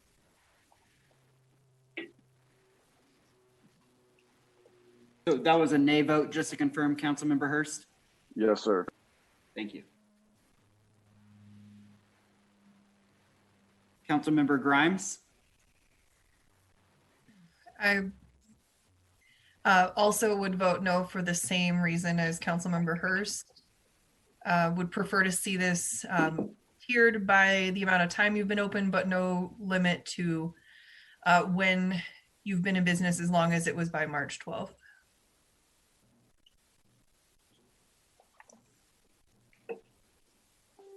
Councilmember Smith, For the same reasons as Councilmember Granzenhurst, I'm going to vote no as well. I think it should be open for everybody. Mayor Pro Tem Frank, Nay. Mayor Huseman. Nay. I have 5 nays and 4 ayes, which means the motion fails. Councilman Hurst. Councilman Hurst, you're unmuted. Yeah, and I apologize that we didn't get a comment before the vote. I hit virtual background instead of raise hand, so my fault. I didn't want to get in the way of that, but I would like to run the same motion, but because I understand that you can take a business license out and you can work for almost a year before you actually get your business open, I'm more comfortable making this available to anybody who had their doors open before March 12th. Operating business, actually losing revenue. This won't cover everybody. I understand that people are in the process of building businesses here, in between the point of getting your business license and actually opening your doors physically. I know that still leaves them out, but in all fairness, if you work for a year to get your business open, I think you should be eligible for this. So I'd like same motion as before, minus the 3 months where if you had your doors open as of March 12th, then we would push forward with the same amount of offerings for this assistance. Councilman Madera. Councilmember Madera, you're unmuted. Can you please state the whole motion? Are we voting on the whole ordinance at this moment or only the amendment? My understanding, and Mr. Attorney can correct me, but the motion that was just voted on was to amend the 6-month requirement, not the actual ordinance itself. Okay, second. All right, I have a motion and a second to amend the ordinance so that a business only needs to have been open as of March 12th in order to be eligible, with a priority being placed on those businesses that have been open longer. We'll open it up for discussion. Councilwoman Grimes. Councilmember Grimes, you're unmuted. Sorry, that was for a previous question. I'm good with the motion as is. Very good. Any other discussion? Mayor Pro Tem Frank. Mayor Pro Tem Frank, you're unmuted. So Brian, to clarify, these all would be screened anyway, right? So we would be able to see the time in business, the time open. Staff could kind of determine priority, right? The way we anticipate the program working, City Council would be authorizing it tonight, providing us feedback on any changes on how we administer the program. We would provide lists to City Council of businesses, or in the case of nonprofits, those that are receiving grants, but City Council wouldn't be approving grants for either the businesses or the nonprofits. But staff would be reviewing, right? Yes. Okay. All right, have a motion and a second. Seeing no other calls for discussion, we'll take a roll call vote. Councilmember Madera. Yes. Councilmember Alan Thomas. Yes. Councilmember Noble. Yes. Councilmember Guardiola. Yes. Councilmember Hurst. Yes. Councilmember Grimes. Yes. Councilmember Smith. Yes. Mayor Pro Tem Frank. Yes. Mayor Huseman. Yes. Passes unanimously 9-0. Thank you. So now that that amendment is there, does council wish to take further action on this ordinance?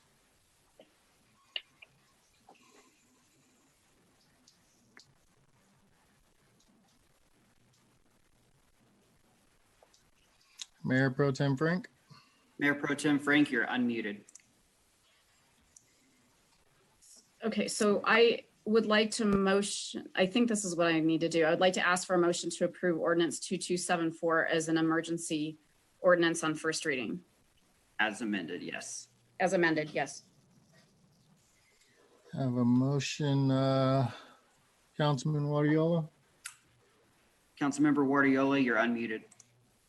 I'd like to second that motion. I have a motion and a second to approve ordinance 2274 as an emergency ordinance as amended. Is there any discussion? Councilman Hurst? Councilmember Hurst, you're unmuted. Nope, that was a stale hand raise, but I do support this motion. Councilwoman Noble? Councilmember Noble, you're unmuted. Thank you very much. And I would thank my fellow council members because you actually gave everyone more latitude, which was what I was driving for anyway. I was trying to compromise with the city staff, but I appreciate that we passed this motion, the amended motion. So thank you very much. I support the full motion. It's an emotion.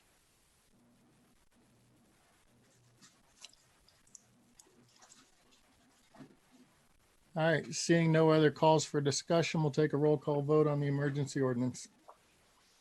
Councilmember Madera. Yes.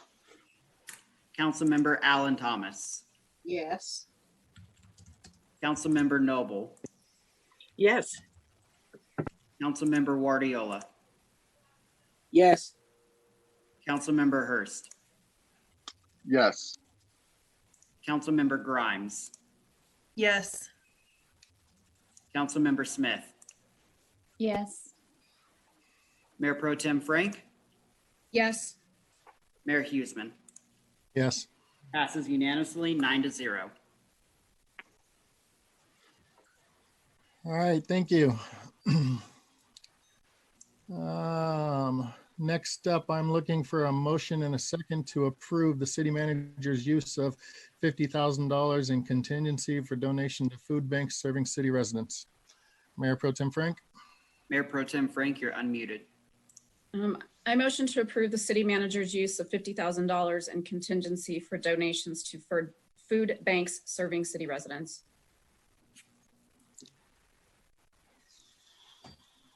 Councilwoman Alan Thomas? Councilmember Alan Thomas, you're unmuted. I second the motion. I have a motion and a second to approve the manager's use of $50,000 in contingency for donations to food banks serving city residents. Is there any discussion? Councilman Hurst? Councilmember Hurst, you're unmuted. No, the only thing I would ask is I fully approve this, obviously, but if we could find safe ways. I keep reading that food banks are having problems with volunteers for obvious reasons. So again, if we could, even as a city, have our communication staff work with somebody and get the messaging on if the food banks in our area need some help with volunteers, if they can work with CDPHE on approved guidelines on how it is safe to volunteer in this situation. I know CDPHE is going through a lot of those approvals, so it could take a little bit of time, but I know they're doing it currently because I'm experiencing it daily at work right now. So if we can get feedback from the community food banks to see if they're low on volunteering and how we can fix that, if we can be part of the messaging to get that out, I would appreciate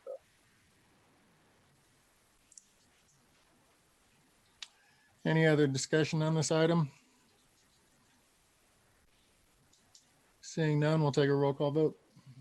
Councilmember Madera. Yes. Councilmember Alan Thomas. Yes.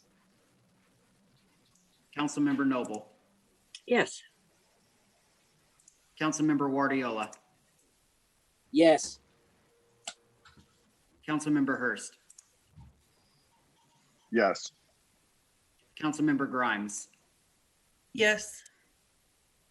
Councilmember Smith, Yes. Mayor Pro Tem Frank, Yes. Mayor Huseman. Yes. Passes unanimously 9-0. Very good, thank you. Next on the agenda, we have resolution 2020-30 establishing policies for public hearings during electronic meetings. Would the city attorney please present the resolution? City Attorney Sheasley, you're unmuted. Thank you, Mayor Huseman, and congratulations to the City Council on passing those programs. Just briefly, to run through this resolution, there is a presentation in the packet. The idea for this resolution is to supplement your current council policies so that we can conduct our land use hearings remotely should the need arise in the next few months. The goal would hopefully be to not have to do this at all. The special policies, because of the limitations inherent in the type of video meeting we have to conduct right now, is intended to guarantee a notice and opportunity to participate for both the applicants and interested parties while protecting that special quasi-judicial process from interference and disruption and allow it to be as meaningful as the law requires it to be. The special requirements here are that applicants have to consent and agree to the practice and protect the city from certain legal challenges that may be associated with it.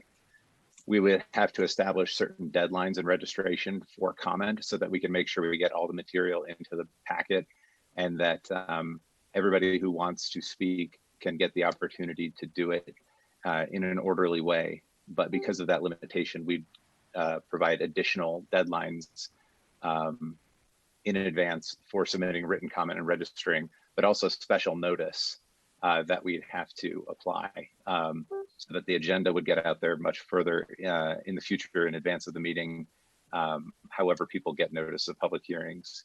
That would be in addition to the standard notice, and then the agenda would be published earlier and it would be noted on the city's website.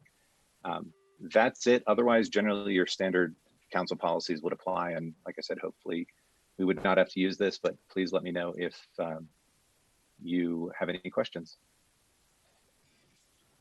Thank you, Mr. Sheasley.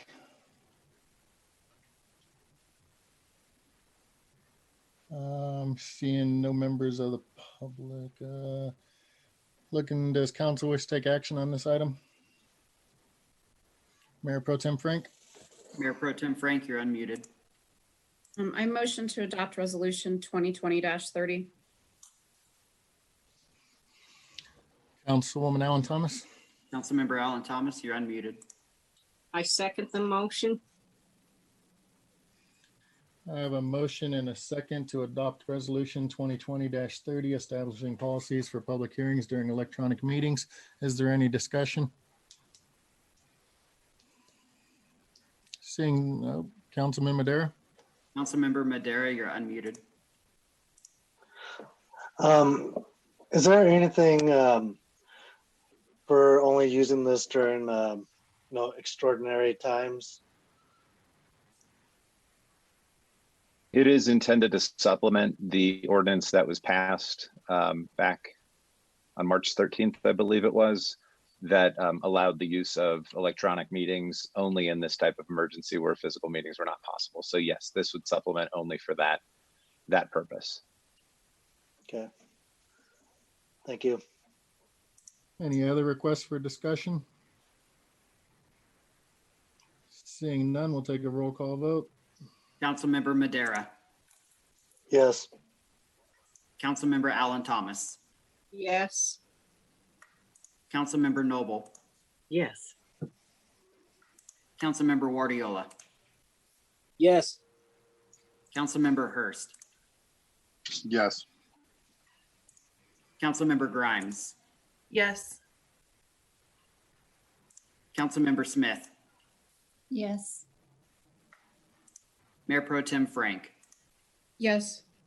Mayor Huseman. Yes. Passes unanimously, 9-0. Thank you, sir. All right, next up, we will move to ordinances on first reading. We have already taken care of ordinance 2274. I see no other actions that need to be taken on that, so we'll move to ordinance 2272, a temporary prohibition on the acceptance and processing of oil and gas applications. Ms. City Attorney, would you please present the ordinance? City Attorney Sheasley, you're unmuted. Thank you, Mayor. This is ordinance 2272. And Mr. Clerk, if you would please share this presentation if you have it available. Otherwise, I'll just walk through it. It's an emergency ordinance enacting a temporary prohibition on the acceptance and processing of certain applications related to exploration for an extraction of oil and gas within the city of Commerce City, Colorado. City Council requested this ordinance at the last meeting 2 weeks ago for a very limited purpose of a temporary prohibition or moratorium on accepting new oil and gas permit applications, running back from April 1 through August 1 of 2020. This is a very limited and temporary prohibition intended to serve the status quo. Because of the limitations on staff presented by the emergency situation, then the cascading delay in local regulations that council had anticipated to adopt potentially this month, and then a number of other factors that were detailed in the staff report. Go to the next slide, please. Because it is limited, the ordinance allows for a number of exceptions, including anything that was submitted before April 1 and entities under a regional operator agreement, any applications that aren't involving city approvals, meaning the city could respond to applications to the state, informal discussions if there are resources on staff available to continue those discussions, like pre-application meetings, that sort of thing. Other oil and gas uses not related to exploration or subsurface extraction, things that are beneficial for the community directly, like environmental remediation and those matters, and then existing lawful uses. The idea behind these exceptions being not to interfere with reasonable expectations of businesses that are operating or planning imminent operations in the community. And then the next slide, please. And then just for council's action tonight, as I indicated last meeting, this was going to be presented as an emergency ordinance, be effective immediately if it was approved tonight, or if it got postponed to another meeting and require 7 votes. There is also a standard ordinance in the packet that could be considered only a majority is required, and that would take second reading on May 4th or May 18th and be effective on that date. I'm happy to take any questions on the ordinance at this point. Are there any questions at this time? Councilman Hurst? Councilmember Hurst, you're unmuted. Does this ordinance actually provide any additional action for the city? Because clearly when the question was answered last week about the current process, wouldn't matter if someone committed to or turned in an application. We could sit on it until January of next year administratively, and we could administratively come out and say, during COVID-19 response, we cannot prioritize permit processing at this time. We're no longer going to take. There's really no reason, in my opinion, to even be voting on this. An administrative action, just like the hundreds of administrative actions we've taken in response to COVID-19, are the same. I mean, even it doesn't even have to come from the city manager. It can be coming from a deputy city manager. Hey, we don't have the manpower to do this. Would effectively have the same outcome. So, to me, this is political grandstanding on something that has zero effect. We could have very easily taken this position, put it on the website, and moved on. So, I don't agree with this ordinance. I'm going to be voting no for sure. Mr. Sheasley, would you like to respond to those questions / statements? I would respond, I think, to the initial question, just to note that the city does not sit on items administratively. As we heard earlier, the city is open to applications and there are delays in processing times, I believe. But to the rest of it, it's not my place to respond. Thank you. Any other comments for discussion? Councilwoman Grimes. Councilmember Grimes, you're unmuted. Thank you. I would echo a lot of what Councilmember Hurst said, and would also say that I believe that we already have a backstop in place in the form of an extraction agreement. Should an application come in between now and when our LDC code amendments are updated and approved, and for that reason, I don't believe that we need a moratorium to protect this city at this point because we already have those protections in place. Additionally, I think it's inappropriate to single out one industry and say we won't accept their permits when all permits are still being accepted from other industries and additionally are being processed in time with the COVID response. If the time permits, they're being processed, and if not, they're not. So I think the same principles could be applied should an oil and gas application be submitted, but would have to agree this is a grandstanding attempt in terms of putting a moratorium in place. My other concern is historically, Commerce City has been friendly to the energy industry, and making a statement such as a moratorium now, I think, sends the wrong message to lots of our residents who work in the industry, who support the industry, and have an appreciation for the industry. And additionally, it sends the wrong message in the future too. I think it makes it easier in the future to implement moratoriums where maybe that's not where Commerce City has stood historically. So I'll be voting no for all of those reasons tonight. Thank you. Councilwoman Noble. Councilmember Noble, you're unmuted. Thank you.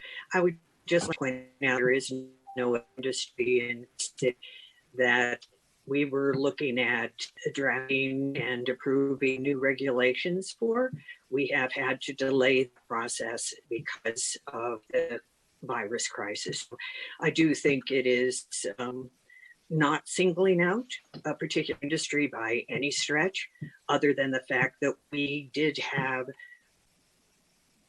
regulations in process we were taking a look at, and as has been pointed out, we won't be looking at those or vote on those until July at the earliest.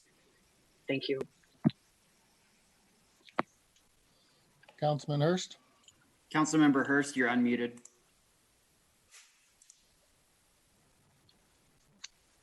So, yeah, I think I do want to comment that this isn't me taking a stance in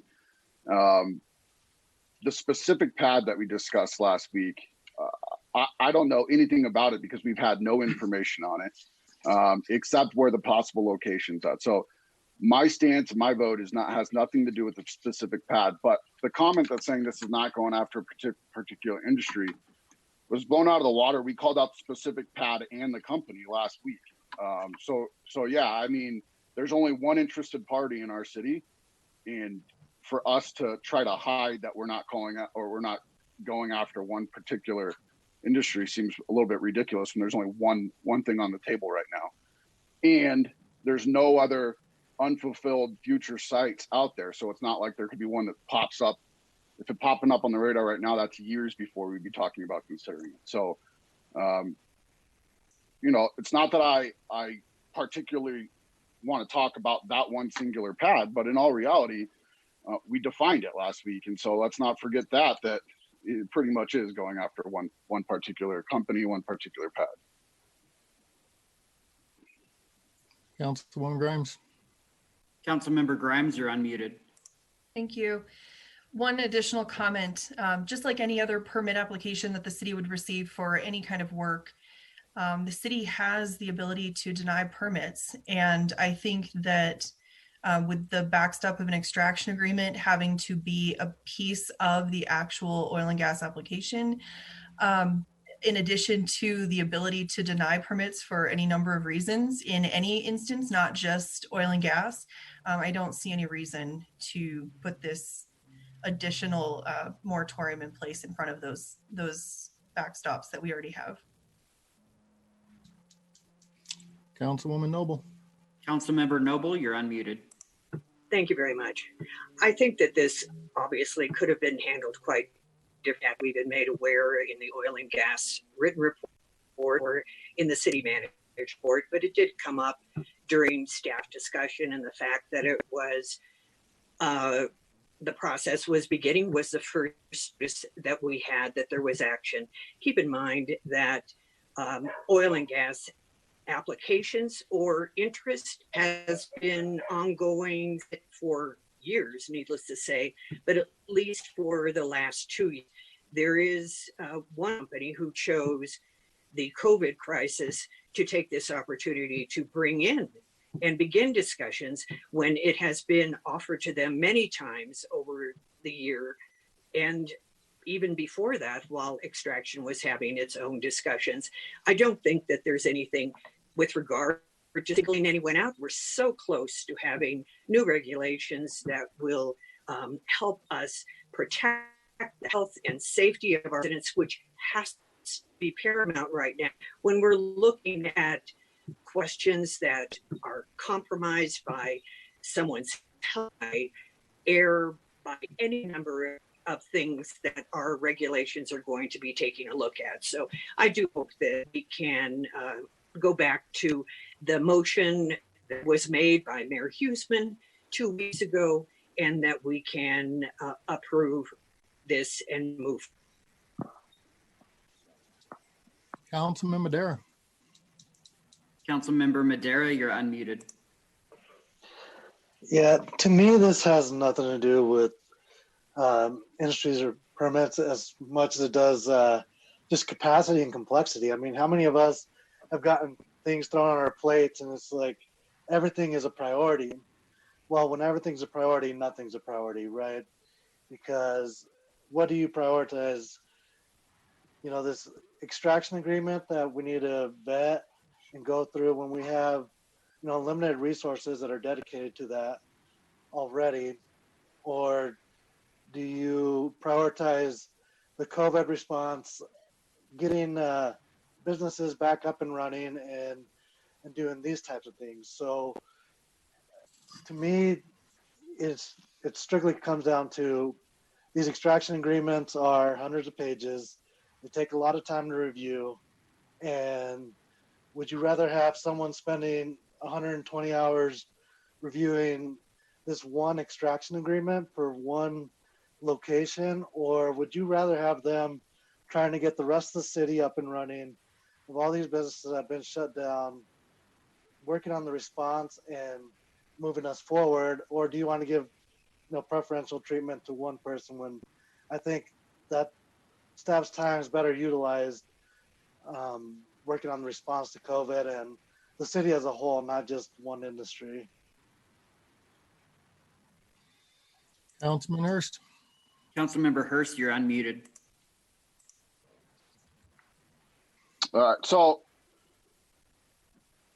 obviously I'm voting no, but there's several other reasons. I mean, we had a chance to approve LDCs with the ability to have flexibility as the COGCC adds to their rulemaking. Now their rulemaking is further being delayed, which is going to further delay our LDC approval process. We had a pretty good LDCs on the table, and with the ability as city council to continue to amend those as necessary with COGCC rules, and we failed to do so. So using that as an excuse seems to be a little bit redundant, because we already had that opportunity to set some standards for the applications that were coming into the city at that point. Now, all we have to do is look to another company's regional operators agreement as to the best practices when we know there's more that we want to add to that. And so to me, for us to focus on killing this again, when we could have just administratively said, we do not have the capacity to process these at this point, not putting a timeline to that. So if, you know, our response to COVID is better by June or July, and we do have the time to start these meetings, we're not putting a moratorium out till, you know, August for us to demand that the city staff work on this, you know, wait to work on this until that date. The other thing to remind you is we don't even have an application. We had a redlined document that came in, and we're shutting down pre-application. Seems a little ridiculous. If we get the application, there's going to be a ton of work associated with it. It's a different discussion, and that could be handled by city management.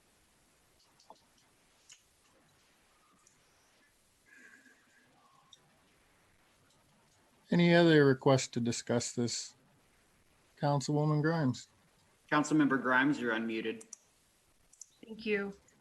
Mr. Attorney, is it possible to require a BMP document be attached to an application? Is that something that's already in place, or was that arranged in a previous agreement?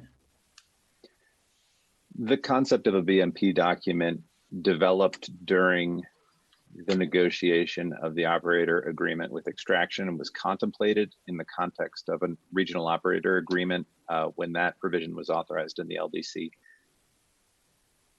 A standard set of best management practices will be adopted or is proposed to be adopted by staff in conjunction with the new LDC updates now. Should an application be submitted for any site, and this is my speculation, should an application be submitted for any site during the negotiation of an extraction agreement under our current code, I would expect that the city's expectations at this point would mirror many of the provisions that have been proposed in the LDC update and in the best management practices document established there. I hope that answers your question. Thank you. Councilwoman Grimes? Nothing further, sorry. Thank you. Couple points I'd like to make. When I requested that made a motion that the city attorney draft this ordinance, I did so with the understanding that our staff was dedicated to COVID-19 response as opposed to being able to adequately focus all attention required to processing an oil and gas permit if it were to come in. This afternoon, I had a conversation, and as we all received emails, with the director of the Colorado API. He forwarded on to me that the company in question has no intentions of taking advantage of our diminished capacity as a result of COVID-19. I take that relieves the need that I had for making this motion to request this moratorium. So at this time, I will not be in support of moratorium. With that being said, is there any action that council wishes to take this evening? Councilwoman Noble. Councilmember Noble, you're unmuted. Thank you. Yes, I would approve ordinance 2272 as a standard ordinance as provided on free. I'm sorry, I could not hear what was said. Can you please repeat that? Yes, I would move to approve ordinance 2272 as standard ordinance as provided in the packet on first reading. Okay, I have a motion to approve ordinance 2272 as a standard ordinance as provided in the packet on first reading. Is there a second? Councilwoman Allen Thomas. Councilmember Allen Thomas, you're unmuted. I second the motion. I have a motion and a second to approve ordinance 2272 as standard ordinance as provided in the packet on first reading. Is there any other discussion that needs to take place before we take a vote? Seeing no need for discussion, we'll take a roll call vote. Councilmember. Wait, please. City Attorney, would you like to read the title? Always. Ordinance 2272, an ordinance enacting a temporary prohibition on the acceptance and processing of certain applications related to the exploration for and extraction of oil and gas within the city of Commerce City, Colorado. All right, have a motion and a second. The city attorney has read the title. We'll take a roll call vote. Councilmember Madera. Yes. Councilmember Allen Thomas. Yes. Councilmember Noble. Yeah, and there's a lot of fireworks going on, so it's just a little bit past 8 o'clock. Councilmember Guardiola, Yes. Councilmember Hurst, No. Councilmember Grimes, No. Councilmember Smith, No. Mayor Pro Tem Frank, No. Mayor Huseman. No. I have a vote of 4 nay, or yes, 4 aye, 5 nay, which would be a fail of the motion. Thank you very much. We will move on now to ordinance 2273, amending the revised municipal code related to collective bargaining negotiations and extending the negotiation date in 2020. Will Mr. Sheasley please present the ordinance? City Attorney Sheasley, you're unmuted.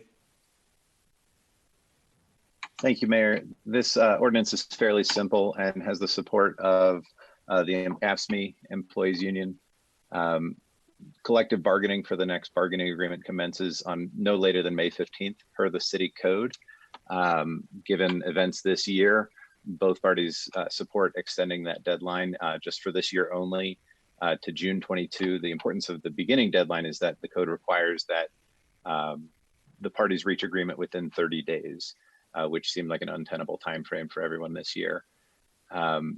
So permanently, the ordinance would allow the parties to agree to extend that deadline before they have to proceed to arbitration for up to 60 days. So that will allow flexibility in this year and beyond, and then make sure the parties keep good faith negotiations going pending arbitration if they ever do get to that point. It is recommended as an emergency ordinance due to the impending deadline to give both parties the opportunity to prepare for those and get a better picture of the world. I'm available if there are any questions. Are there any questions for Mr. Sheasley?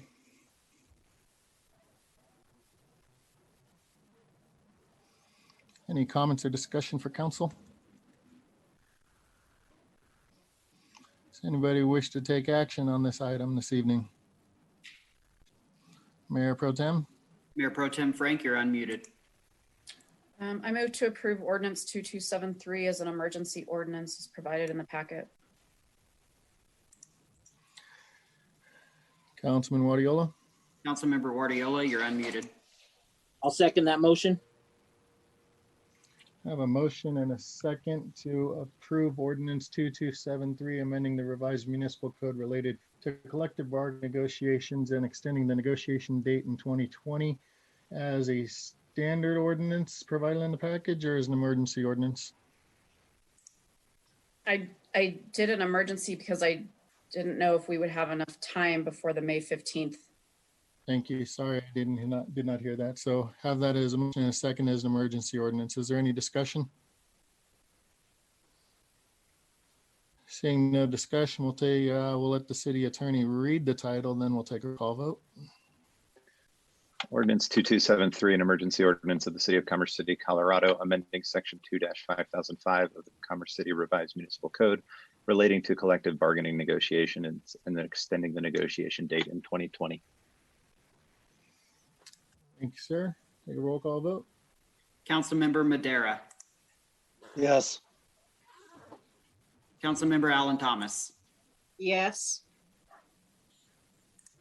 Councilmember Noble, Yes. Councilmember Guardiola, Yes. Councilmember Hurst, Yes. Councilmember Grimes, Yes. Councilmember Smith, Yes. Mayor Pro Tem Frank, Yes. Mayor Huseman. Yes. Passes unanimously 9-0. Thank you very much. That is the end of our ordinances. We will move on to administrative council business. First on the agenda is discussion on future board and council meeting schedules. On April 6th, the council voted to resume regular council meetings virtually. However, council did not take action on board and commission meetings. Staff is requesting council consider keeping board and commission meetings until further notice unless a special meeting is approved by the city manager per ordinance 2271. Is there any discussion on council regarding this item? Does council wish to take action on this item this evening? Councilman Wadiola. Councilmember Guardiola, you're unmuted. I just had a question for staff. Is it feasible to have Zoom meetings for all the boards and commissions, committees, or is that too much for IT? City Manager McBroom, would you like to address that, or would you like me to? I'm happy to answer that. I think that would be a challenge to hold all board and commission meetings via Zoom. We do know that the Senior Commission has been having informal meetings by telephone just to share information. They're a board that doesn't take a lot of official action. I do believe some special meetings will be necessary by the Planning Commission as we begin to accept new applications, especially if our inability to hold meetings in council chambers extends through the summer. So I would be reluctant to say we could go back to a regular board and commission meeting schedule virtually like we are for city council. I would prefer that board and commission meetings be canceled, but yet special meetings be conducted when necessary virtually. My concern, and thank you, Brian, but how could we get to do a check-in or something, that way people know that, they're still on the commission or, things are still moving. I think we have to do some sort of a check-in via Zoom, maybe not as frequent or something in that regard. If I can respond, we can absolutely do that. It wouldn't take the form of a formal meeting, but we can ask our staff liaisons to arrange Zoom meetings with each of the boards and commissions. Great point. Just check in, let people know why we've canceled meetings, see if there's any business that is critical that would warrant a special meeting. We'd be happy to do that. Well, thank you. Councilman Madera. Councilmember Madera, you're unmuted. Yeah, I'd like to make a motion to cancel all future board and commission meetings unless a special meeting is approved. I have a motion to cancel all board and commission meetings unless a special meeting is approved by the city manager per ordinance 2271. Councilwoman Allen Thomas. Councilwoman Allen Thomas, you're unmuted. Yeah, well, I wanted to see if it's possible, the senior commission is still having their meetings. We just had one on April 9th. And I think it's really important, I want to applaud the city staff, Daniela, for continuing those meetings because it's been really important for the seniors and it gives them information. Plus, we're just having telephone meetings where we talk. So I think it's important to continue with those meetings. And I also wanted to see if it's possible for the council members that appoint the seniors to those to the senior commission, if they could possibly interview this one particular resident. She's been attending and participating in all the senior commission meetings on phone. Her scheduled interview was supposed to take place on April 4th, but because of the situation we're in, it was canceled. So I wanted to see if certain commissions, since they are going on, if possible, we, like her in particular, is there a way, Brian, could staff possibly look into setting up, getting an interview with her by our city, current city councils? Because I think I said, the senior commission is really important. Myself and Councilwoman Noble have been participating in those monthly meetings. Thanks. Councilwoman Allen Thomas, if the board and commission subcommittee was willing to do the interview, it would be no problem for staff to set it up. I think there are several more applications for other boards and commissions that are pending. Doing virtual interviews for all the pending applications, I think would be a challenge. But if the board and commission subcommittee, and in fact, a majority of the council was okay doing this one interview, we could certainly handle that. Okay, because she didn't mention to me though, T, she, you know, because of the technologies and she's a senior, she said if possible, she'd prefer if council's willing to do that, a telephone interview, because she said she wouldn't know how to operate the Zoom system. Yeah, and we'd be happy to do the interview in whatever manner the city council, and in particular, the subcommittee would be comfortable doing it. Okay. Yeah, and one other thing I wanted to let all city council know, like I said, she's participated tremendously and has gathered resources for seniors in the community as far as mental health and dealing with this situation. And she also put together a list for all the seniors in Commerce City of resources as far as like so many things. So she wants to be recognized as a member of the senior commission at this point, because like I said, she has done quite a bit of work already. Thanks. Councilman Madera, there's a request to exempt the senior commission from the motion you made. Are you willing to amend that motion to exempt that? You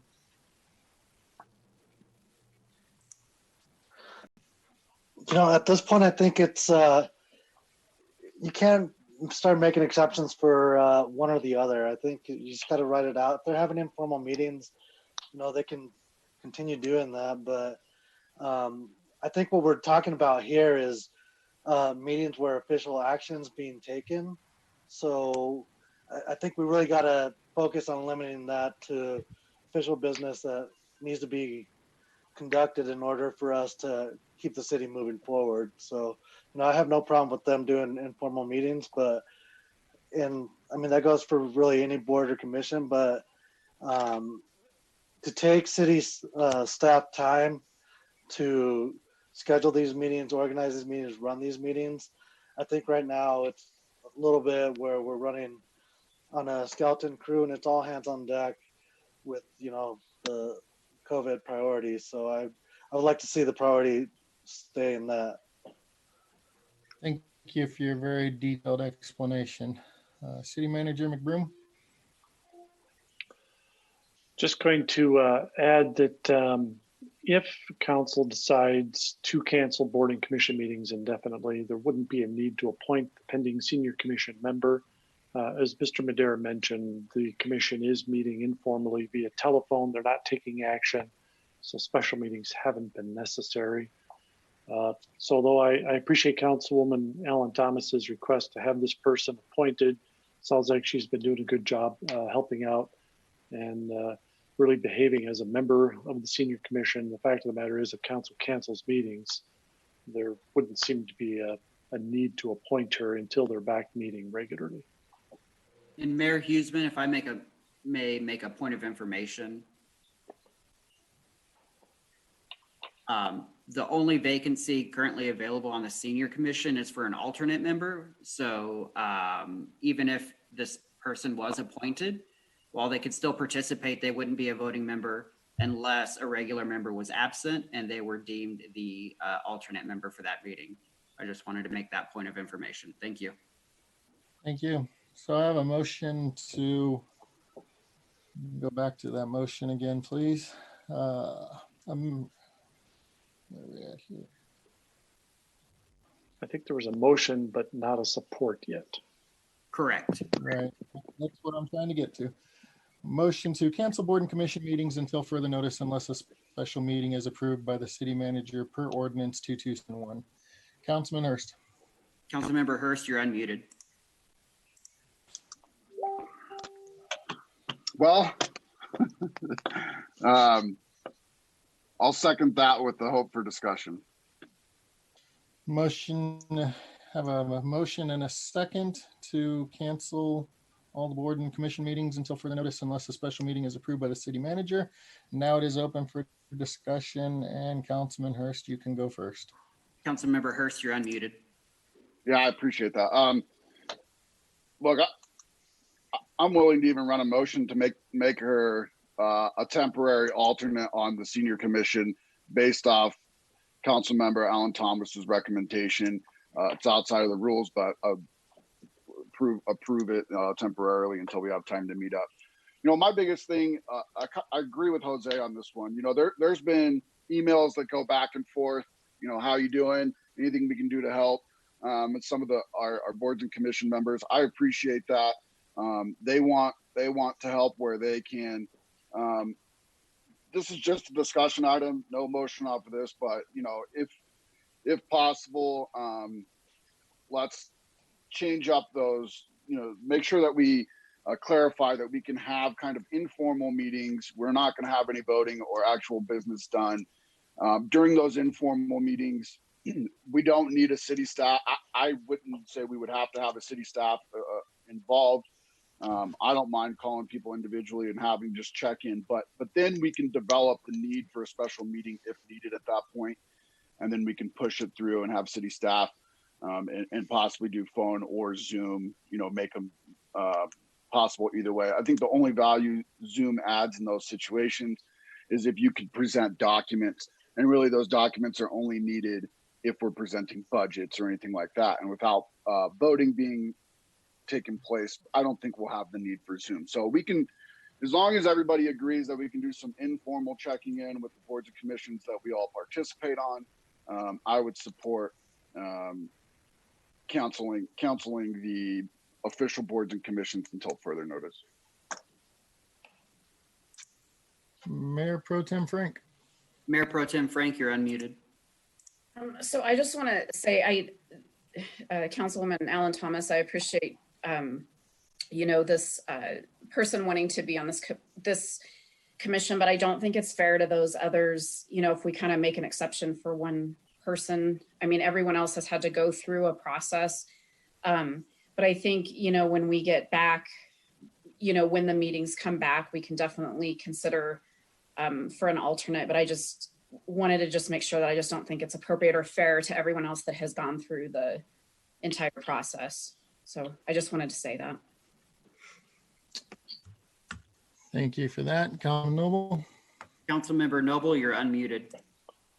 Yeah, I'd like to echo Councilman Alan Thomas's senior meeting, which was very informal, useful and helpful. I would say, though, that our first meeting, which on March 12th, was also helpful because we were able to get a mailing now to seniors as well. So that was great. I would like to throw a month in this because I know someone who was also for the senior commission. And while she hasn't been attending meetings those 2 months, she was planning to be interviewed at the next meeting as well. And not knowing it's only one seat open as in that as an alternate, I'm not quite sure how to handle that. But since we now know of at least 2 people who have an interest, I do think that we probably keep it more formal so that a decision can be made. I don't know. You would think that the more people are involved and engaged, the better it is for the community as a whole. Thank you.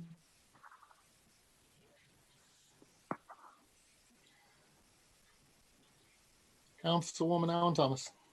Councilmember Alan Thomas, you're unmuted. Yeah, and I don't know if everyone's having difficulty, but I can't hear Councilwoman Noble well at all. I don't know if that's everyone's system, but I couldn't hear anything she said just a minute ago. But what I wanted to clarify, I'm not just showing favoritism or anything to the senior commission, but if possible, those other applicants, I believe when I checked with Dylan, there's like 9 other pending applications for other boards. So if those other people that want to serve on other boards or commissions, then I think they should too if staff has enough time, even though we would temporarily hold those other meetings. If staff wants to go ahead and interview those applicants as well, then, you know, they should be given the opportunity too, because I think it's important. They all stepped up and turned in applications. And yes, we're facing this pandemic, but I think we should still let them know we're thinking of them or send them a letter, something. Yes, we didn't forget your applications, but this is a situation, and you know, maybe we can go ahead if staff has enough time to do all of those interviews if we're willing to, but I still think everyone should be recognized too, and let them know the city and the city council is still thinking of them. And if possible, you know, can we interview them? Thank you. Mayor Pro Tem. Mayor Pro Tem Frank, you're unmuted. So Councilwoman Alan Thomas, I know that Dylan does stay in contact with all of our candidates. He is exceptional when it comes to staying in touch with all of them, letting them know where we are in the process, what's going on. It's not staff that interviews these candidates. It's our 4 of us who serve on the boards and commissions subcommittee. And again, if we're not having any active meetings and we're canceling boards and commission meetings for whatever amount of time, it doesn't make sense to do those interviews right now anyway, because there are no meetings. And I understand the senior commission is having informal meetings, but again, with no action taken, these meetings all being postponed until the decision is made to not do them, I don't think it makes sense for us to have those meetings either. Just my feelings. Councilman Guardiola. Councilmember Guardiola, you're unmuted. Thank you. I have another question. To what date, Oscar, would you want to cancel these or postpone these meetings? Have we talked about an actual date? That's question 1. And then for the interviews, if Dylan is amazing, if we could get updates, so when we're closer to know when they'll start meeting, maybe the subcommittee could interview them right before that, so they could attend the first meeting back when we go back to regular meetings. So they'll be appointed and ready to serve on that committee. So we would have to keep a close eye on when we're going back to normal. Or another suggestion, if we get the applications first and we already have that in mind, and it'll be a quick interview, kind of to compromise that, so they could just hit the floor running, if we could do that. So how long, Oscar? And then is it possible, Dylan and Brian, to keep us posted, so when we get closer to that date, send out the invitations for the committee, and we could interview them. That way they're there for the first meeting. City Manager McBroom, do you mind me responding, or would you like to? Go right ahead, Dylan. Okay, so just to address a couple points, at our last in-person council meeting, the subcommittee members gave approval to postpone the April 4th interviews to the next quarterly interview date, which is scheduled to be July 4th. So I know we'll be rescheduling that interview anyway. I have corresponded with all 9 applicants that have applied before that April 4th date to let them know that that meeting was put off, and we'll be in regular communication with them, letting them know when the next interview date is. And then there's certainly communication going on with city staff about a return to normal task force that as we know more about what services we can start to ramp up and when city facilities will reopen, that we'll be able to start scheduling those board and commission meetings again and conducting those interviews again to making sure that we're getting these applicants on these boards and commissions as quickly as possible.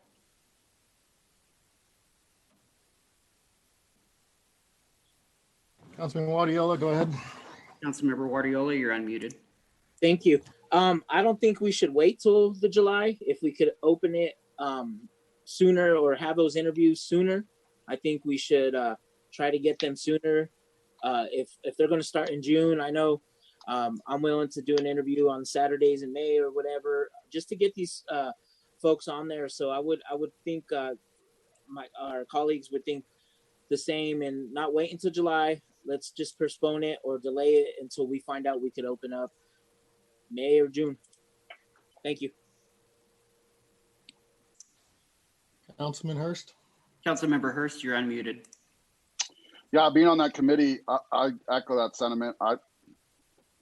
The staff needs time to prepare, obviously, but I'll do it tomorrow. I'll do it Saturday if you want. I mean, we'll do it soon. It doesn't matter to me. It's not like I'm going anywhere. Mayor Pro Tem Frank? Mayor Pro Tem Frank, you're unmuted.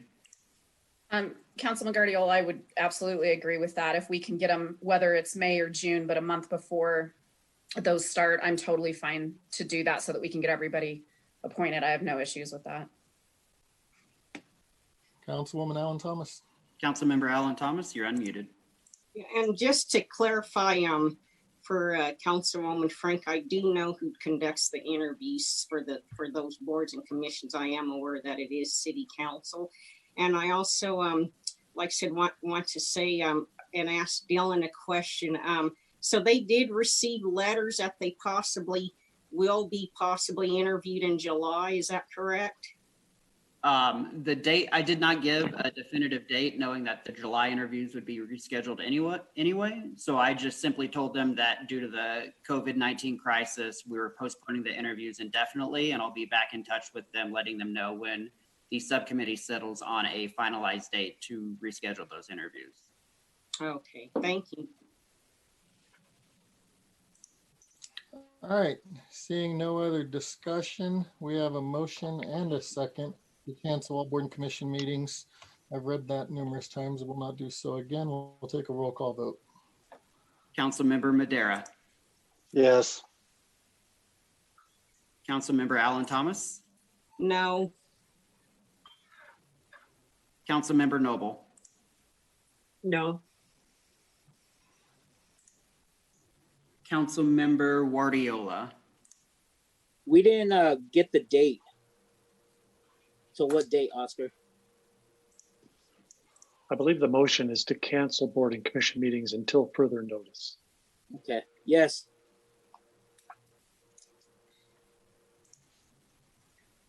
Councilmember Hurst.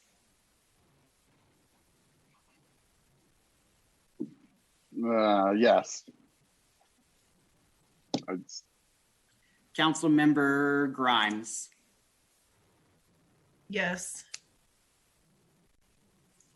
Councilmember Smith. Yes. Mayor Pro Tem Frank. Yes. Mayor Huseman. No. Motion passes 6-3. Next on the agenda is a discussion on the Hannen Building update. Will Deputy City Manager Smith please provide a date? Deputy City Manager Smith, you are unmuted. Thank you very much, Dylan. Are you going to put up the presentation for me? I certainly can, sir, if you give me just one moment. Thank you.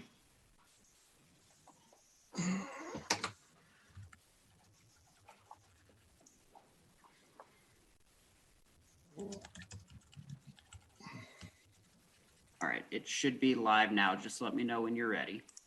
Thank you very much. You can go to the next slide, Dylan.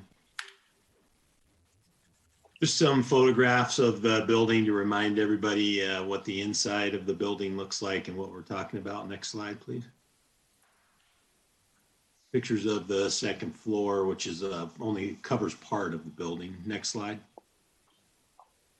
So the city has entered into a purchase and sale agreement with the Adams County, who owns the building. The original date was set for closing to be before 7/17 of this year. There were some closures and disruptions related to COVID-19, obviously, that have affected our title and survey work and our physical facility inspection.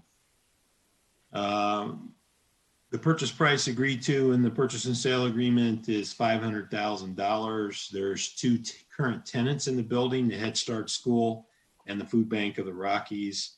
As a reminder, the total building square footage is 16,200 square feet. Next slide, please.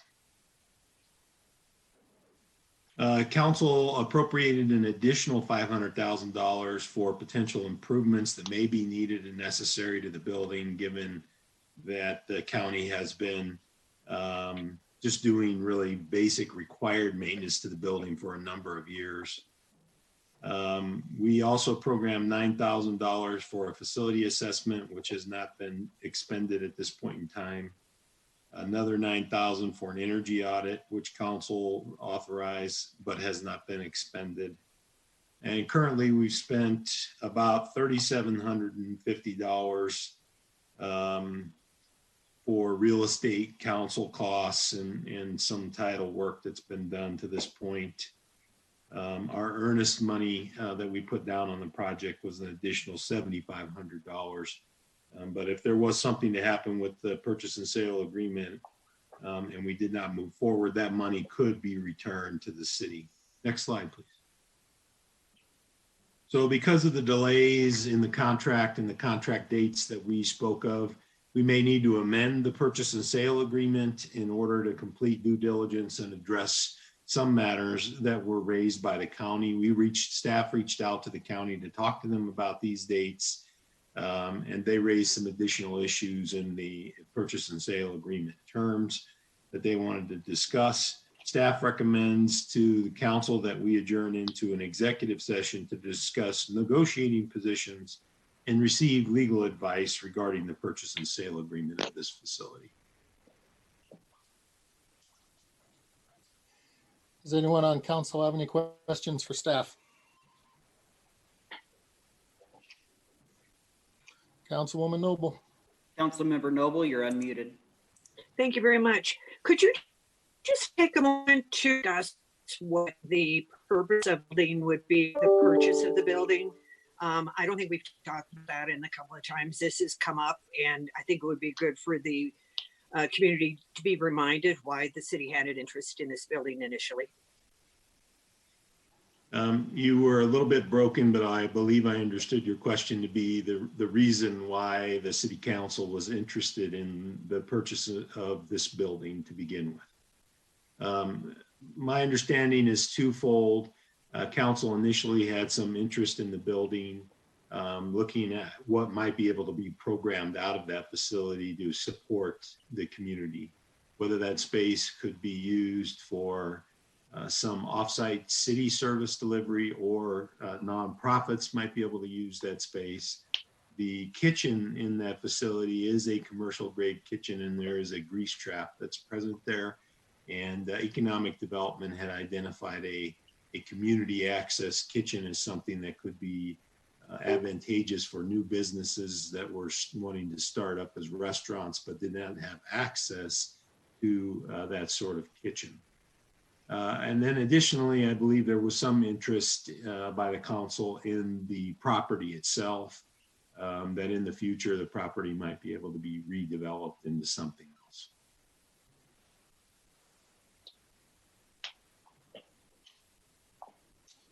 Councilwoman Alan Thomas. Councilmember Alan Thomas, you're unmuted. Yeah, so to update the current council as well, was there any type of discussion, like what would happen to the food bank that is located in there, which takes care and provides food for a lot of residents in Commerce City? So, I mean, would they have to leave the building if the city bought that building? And then another concern is the Head Start that's in the building. Where would those students be located? And are there any other type of businesses? And then a concern I have is if there's no definite plans for the building, I'm just concerned, why were we going to purchase that? Because is that going to be another vacant building that's going to sit like the dog track and just sit with no planned purposes, and it's just going to sit in my Ward 2, and then we're going to figure out what we're going to do with it? Or was that discussed as well? Thank you. You bet. There are two tenants in the building, and the slide presentation speaks to the tenancy of those two tenants moving forward. Those terms are laid out in the purchase and sale agreement that we currently have. And basically the Head Start school, according to the current purchase and sale agreement, has use of the facility through July of this year with no rent. And then for an additional year until July of 2021 with rent that is 20% below the market rate. The second tenant is a Food Bank of the Rockies, and they have tenancy in the building through 2024 with their current existing lease. So if the city buys the building, they would honor those lease agreements in compliance with the purchase and sale agreement. To answer your last question, there aren't any specific uses identified in the purchase and sale agreement or any documents associated with the purchase and sale agreement relative to the use. So council could direct, specific uses if they wanted to. I believe the council was intending for the city manager to make some decisions relative to that once the building was acquired.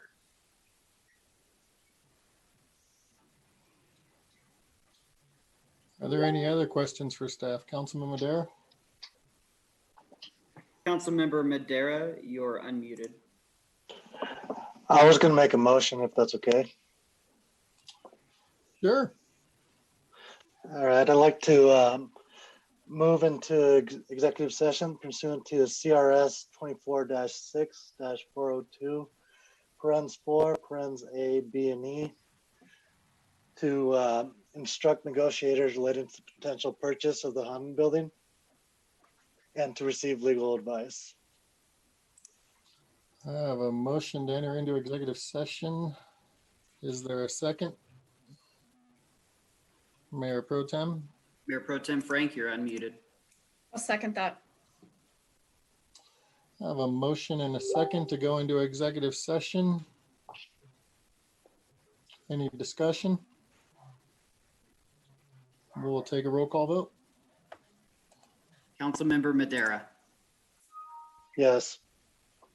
Councilmember Alan Thomas. Yes. Councilmember Noble. Yes. Councilmember Guardiola. Yes. Councilmember Hurst.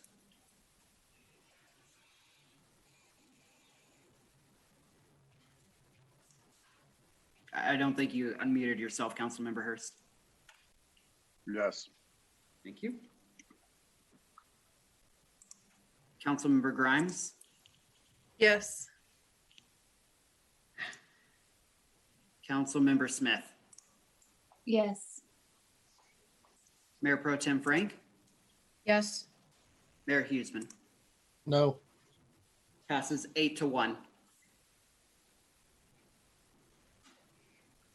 I believe Mr. Sheasley needs to provide us some additional instruction about how we get to an executive session at this point in time. City Attorney Sheasley, you're unmuted. Thank you. I just sent an email with an invitation to each of the council members and staff members. The process would be to leave this meeting. The meeting will stay running. This Zoom meeting will stay running on Channel 8 and on the website, and the clerk will monitor that. You will join the meeting that I sent you an invitation for, and I will let everybody in there and then lock the meeting. So we will have that in conformance with all executive session requirements under the open meetings law. If there are any questions, I think everybody has my cell phone number, or send me an email. But if you don't have the new invitation in your inbox now, please let me know.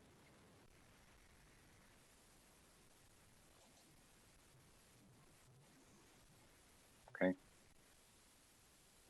Mayor, if you're okay, I'll go and set that up. Yep, that works.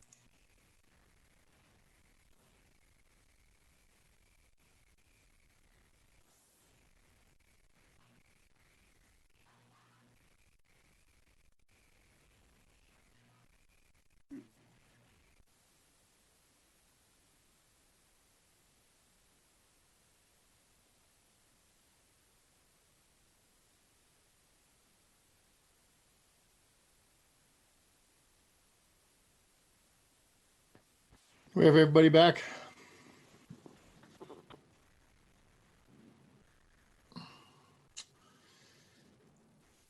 Looks like 9. Looks like everybody needs to be here is here. Will reconvene out of our executive session. There is no council action needs to be taken on that item. At this point, we will move on to administrative business for any other council members. Any council members have any administrative business they would like to discuss?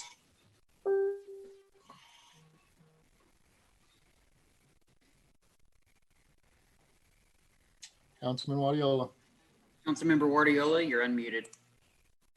Thank you, Mayor.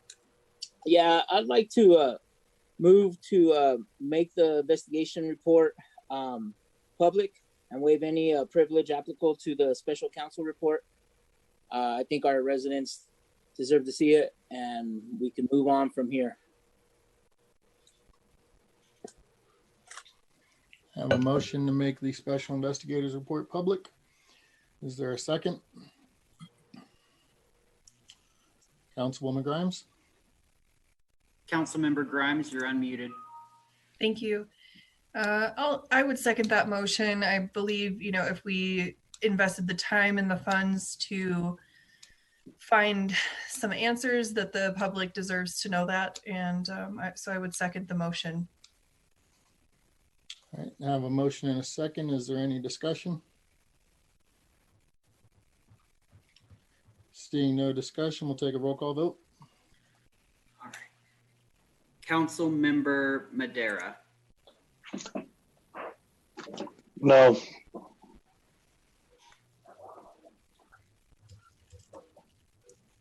Councilmember Alan Thomas. Yes. Councilmember Noble. Yes.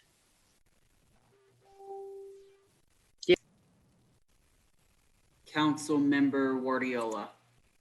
Yes. Councilmember Hurst. Yes. Councilmember Grimes. Yes. Councilmember Smith. No.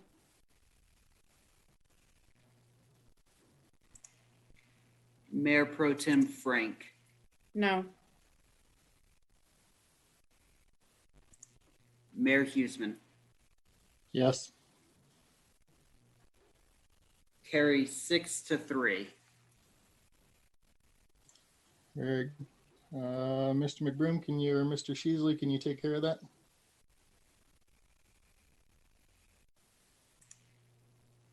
Mr. Sheasley, Yeah. you're on. Thank you. Yes, I will strike out the portion that identifies the privilege, just the header at the top. And to the extent it's requested, I was not planning to publicize it, but I can distribute it to council members in that way. I don't have a platform to publicize it, but would respond to a request for it.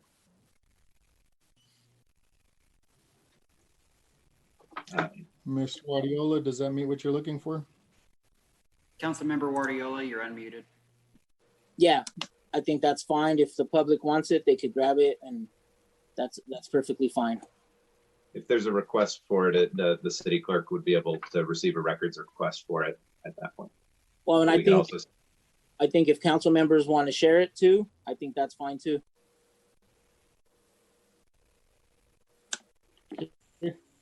Any other administrative council business?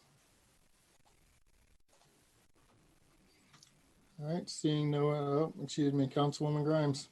Councilmember Grimes, you're unmuted. Thank you.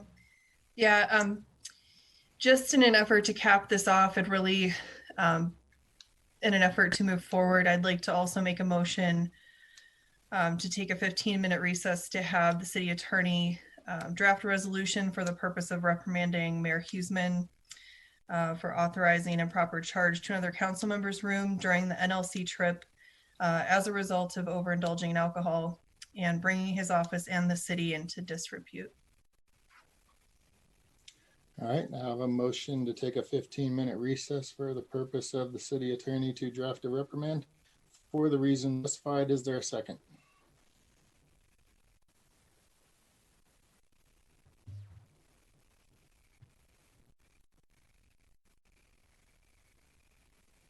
Councilwoman Noble? I'll second. All right, I have a motion and a second. Any discussion? Take a roll call vote. I believe Councilmember Hurst has discussion, Mayor. Oh, there it is. Sorry, didn't show up. I said that. Go ahead, Councilman Hurst. To be consistent, what I've been talking about for the entire time, I really don't see what a reprimand writing would do for us. This is public record. This is on file. This is on camera. We don't have personnel files as you would at your standard job. So I'm gonna write something, print it, and then what, throw it in the trash can or the recycle bin. It just seems that the intention of making this public just happened. It's happening right now. It's on TV, it's on record, it's in note taking. Kicking a dead horse. I mean, it just seems like it's done with. Mayor Pro Tem Frank. Mayor Pro Tem Frank, you're unmuted. Yeah, I would, I'm trying to stay a neutral party with this because I was involved in part of it, but it's a little, we made the vote to let it go public, but it's definitely already embarrassing. Our behavior has already been publicly shamed. And so now the whole thing will get put on blast. Yeah, I deserve it. We all deserve it. But I just feel like I agree with Councilman Hurst that it's a reprimand on top of this when the entire report is going public. The behavior was wrong. I've admitted that, but I don't know. I mean, people don't always understand the circumstances and what happened was definitely wrong, but the entire report is going out now, as it should, right? This is what we voted for. But I'm just saying from a personal standpoint, people don't know me. They have no idea what I've been through, but there's a very big perception on who I am and what I'm like. And so I'm a little frustrated with that now we need to add that on top of everything else.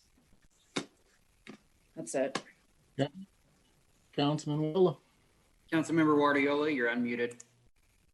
I agree, Councilman Mayor Pro Tem Frank, but people didn't know me either, and I got hung on social media.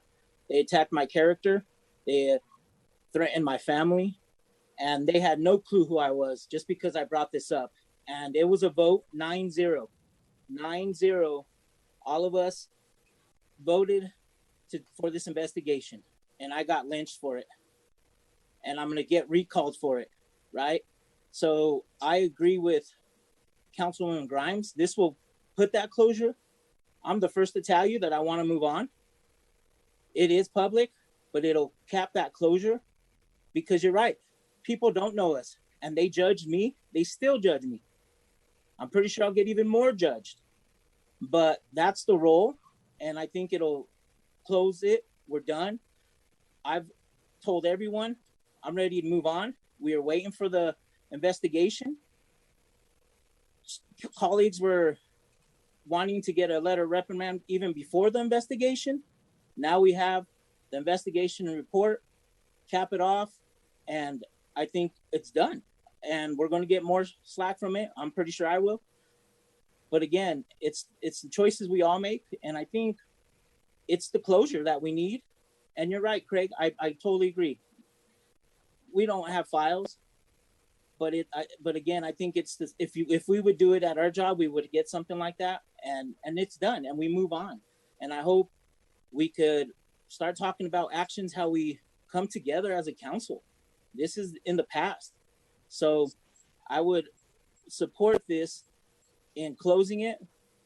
And again, I am sorry what you're going through, Nicole. But people attack me for no reason, not even knowing who I am.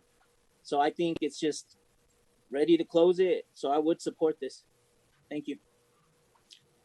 Councilman Madera. Councilmember Madera, you're unmuted. Yeah, so I don't agree.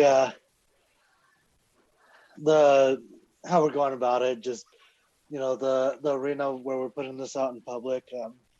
I mean, I do think that they're based off of the report, reprimand in order, but I think a better way of going about this would have been to handle it in-house, go into an executive session and talk about it amongst ourselves. That's why I voted no against making the report public, because at the end of the day, we're holding each other accountable here, and we should be able to work this out as ourselves. Now, if we're looking at it, if this was any other job and something like this happened, yeah, you'd have a reprimand and be on your record. So, I will be supporting the reprimand. It's just in line with what the report showed. So, but I just want to emphasize that I don't think that this was the right way of going about this, and maybe getting together an executive session, talking with the council as a whole to figure out what that next step is. That would have been appreciated. Councilwoman Smith. Councilmember Smith, you're unmuted. Yeah, so I'm just kind of reiterating a couple of things that everybody else has said. I don't agree with the letter of reprimand. I think the closure comes from the investigation getting put out there and moving forward from that. I agree with Councilmember Madera. We should have handled this a little bit better in-house. Isn't there a council policy that says we should go to each other and hold each other accountable before taking it public? So I don't think that a letter of reprimand is necessary because the investigation is going to be going public. Thank you. Mayor Pro Tem Frank. Mayor Pro Tem Frank, you're unmuted. Yeah, I just, in response to Councilman Guardiola, I totally get your point on, the reprimand. But the other thing, if this was a normal job, you praise in public and you reprimand in private. And I know that you've been blasted and it was wrong and it was on your personal page, or I guarantee you that Mayor Huseman would have absolutely defended that, as he did when it did go public, right? But it's just, I mean, it's our mistake, but now everything that has gone on is like all my character flaws, which is what people are going to assume that this is who I am all the time, is going to be put on blast. And so whatever, like, I'll take it. I did it. You're right. We're in the public realm. We're expected to be held to higher standards. I completely get that. It's just, to me, I guess I just feel like on top of this, the reprimand, I just don't agree with it. And I just wanted to say that. Seeing no other requests for discussion, we'll take a roll call vote. Councilmember Madera. Yes. Councilmember Alan Thomas. No. Councilmember Noble. I'm sorry, can you repeat that? Yes. Thank you. Councilmember Guardiola. Yes. Councilmember Hurst. No. Councilmember Grimes. Yes. Councilmember Smith. No. Mayor Pro Tem Frank. No. Was that a no? No. Thank you. Mayor Huseman. I'll defer to the city manager, I do believe, because this is toward me. I would need to abstain. Is that correct? Do I have the option of voting yes? That's a good question. I believe you do, unless the city attorney would correct me. The charter provides that council members cannot vote on questions concerning their own conduct. If you'll let me consult the charter briefly.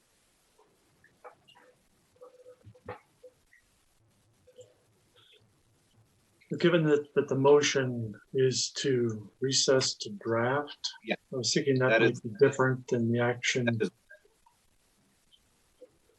I do believe any question concerning your own conduct, I do believe it would be okay to the mere presentation of the motion. So no, I don't believe that it would be appropriate for you to vote on that. Okay, given the feedback from the city attorney, I will abstain from the vote. If I've counted correctly, I have 1, 2, 3, 4 nays, and that would make 4 ayes. City Attorney Sheasley, does that motion fail then? Yes, there was not a majority achieved. Perfect. Thank you very much for that clarification.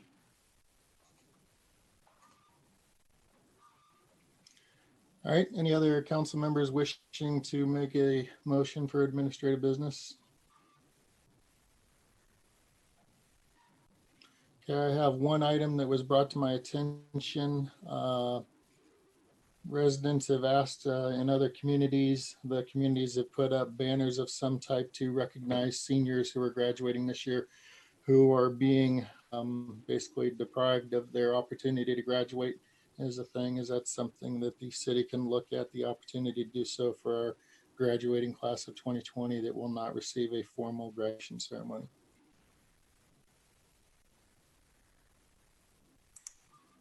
City Manager McBroom, you're unmuted.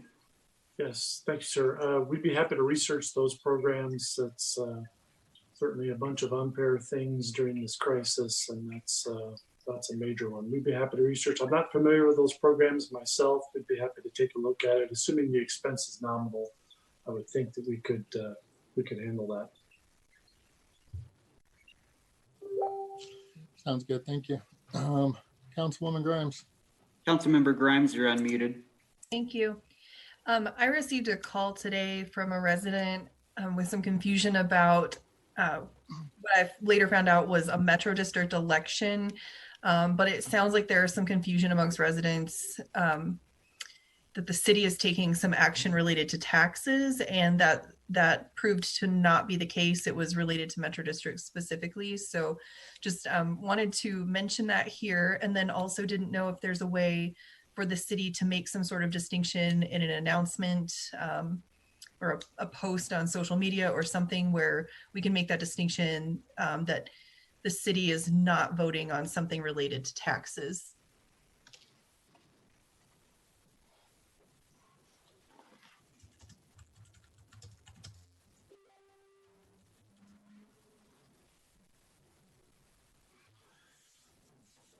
Any answers to that, Mr. McBroom?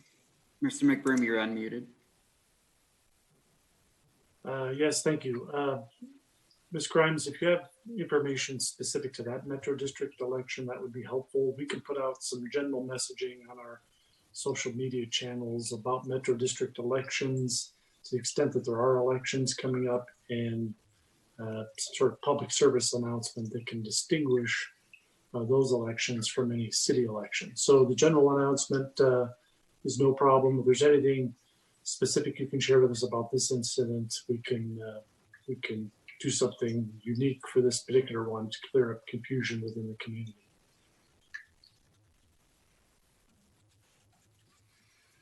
That answer your question, Councilwoman Grimes? Thank you. Anybody else have any administrative council business before we move on? Seeing none, we are into reports. City Manager McBroom, you're unmuted. Thank you, Mayor. Nothing additional to add tonight. Thank you. Thank you. City Attorney Sheasley. Just a note, one, again, congrats on passing so many things this evening. And then second, before we started meeting remotely, I'd engaged an attorney to conduct the review of various Metro districts as requested. That work is ongoing. slightly slowed by some of the difficulty getting paperwork, but it has continued. There are a number of other projects that we are working on in addition to supporting the emergency response. Please check the ordinance report that I circulated earlier in the month. We're going to try and keep a number of those items moving as can be done with staff availability and keep them going for council to look at. That is it for me if there are no other questions. Any questions for City Attorney Sheasley? Councilman Wadiola? No, I got a report. Please wait a moment. Councilman, please wait a moment. Councilman Hurst, do you have questions for Mr. Same. Sheasley? Okay, thank Same you. as Councilman Thank you, Mr. Guardiola. Seeing no other questions for Mr. Sheasley, we'll move on. Councilman Wadiola? Councilmember Guardiola, you're unmuted. Thank you, Mayor. I attended the Spanish Town Hall for small businesses. 32 folks attended the Zoom meeting. It's a good start. Just want to, staff did an amazing job to get some good speakers, and there's a lot of questions. So I think they're going to be doing more. So I just wanted to let council know that they did a good job, and with what we did today, hopefully it'll help some of those businesses. Councilman Hurst? Councilmember Hurst, you're unmuted. Yeah, from my perspective, I really just wanted to end on a positive note by saying, you know, I miss everybody. I miss meeting regularly and working on, you know, solutions for our city. And as much as you guys probably don't miss me, I miss just the normalcy. So I just wanted to, you know, end on a positive note. You know, hopefully we can start working on good solutions to keep everybody safe through this summer, through the coming months. You know, I appreciate all the input you guys are having in the community outside of what we do here. But just honestly, you know, I'm involved in a lot of the stuff at the state level. It's been really promising to see a lot of good people come together and find solutions in a time that none of us have any experience to do any of this. So appreciate what the staff's doing at the city. I appreciate what you guys are doing and can't wait for us to get back to our new normal and get back things rolling. Councilwoman Allen Thomas? Councilmember Allen Thomas, you're unmuted. Yes, and kind of following Councilmember Hurst.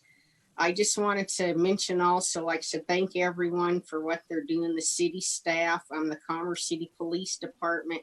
And as I mentioned before, I really wanted to thank this staff member, Daniela, who and Councilwoman Noble, who's been helping also conduct those senior commission meetings, those special meetings, because like I said, they really mean a lot to the seniors in Commerce City, and just to have someone be available to talk to means a lot to our residents. So I just wanted to thank everyone also, and like I said, especially Daniela, who's been conducting those special meetings, and for Brian working with her to get those done as well. So thank you.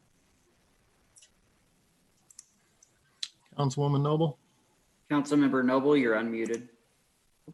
Thank you, and thanks to Daniela also, and to Councilmember Allen Thomas. Great committee to work with her on.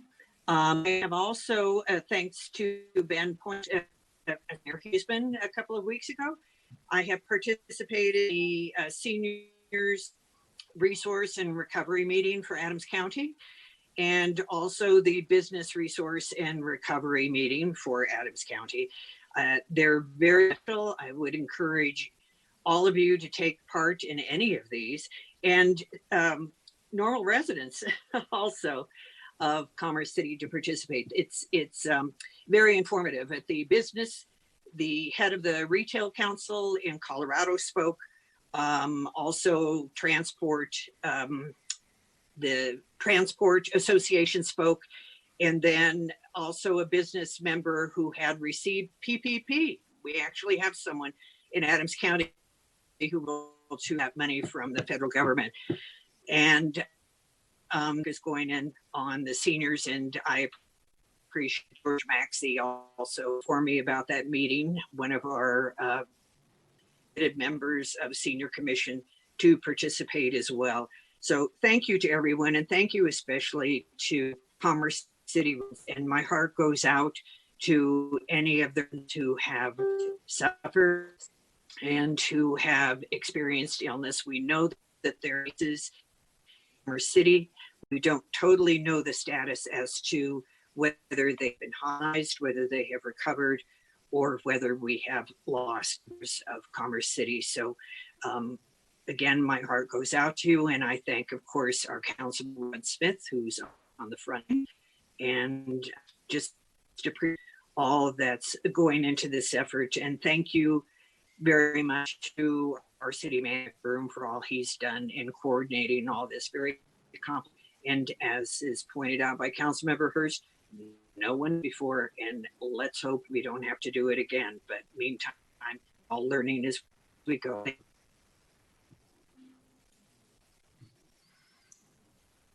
Thank you. Anybody else? All right, so I will end on what I do think is a good note. I have a release that came out of the governor's office stating that based on current modeling, he does not see a need to extend the stay-at-home order that is set to expire on at the end of the week. We are looking at moving into what they're going to call a safer at-home model, which will probably be a lot of encouragement still to stay at home, yet the restrictions should be easing up. Social distancing is expected to be here through the summer. What that means for our businesses, what that means for our restaurants and their abilities to open back up to a normal way of life, we don't quite know yet. But I do think that it is encouraging to see that he does not feel a need at this junction to extend the stay-at-home order.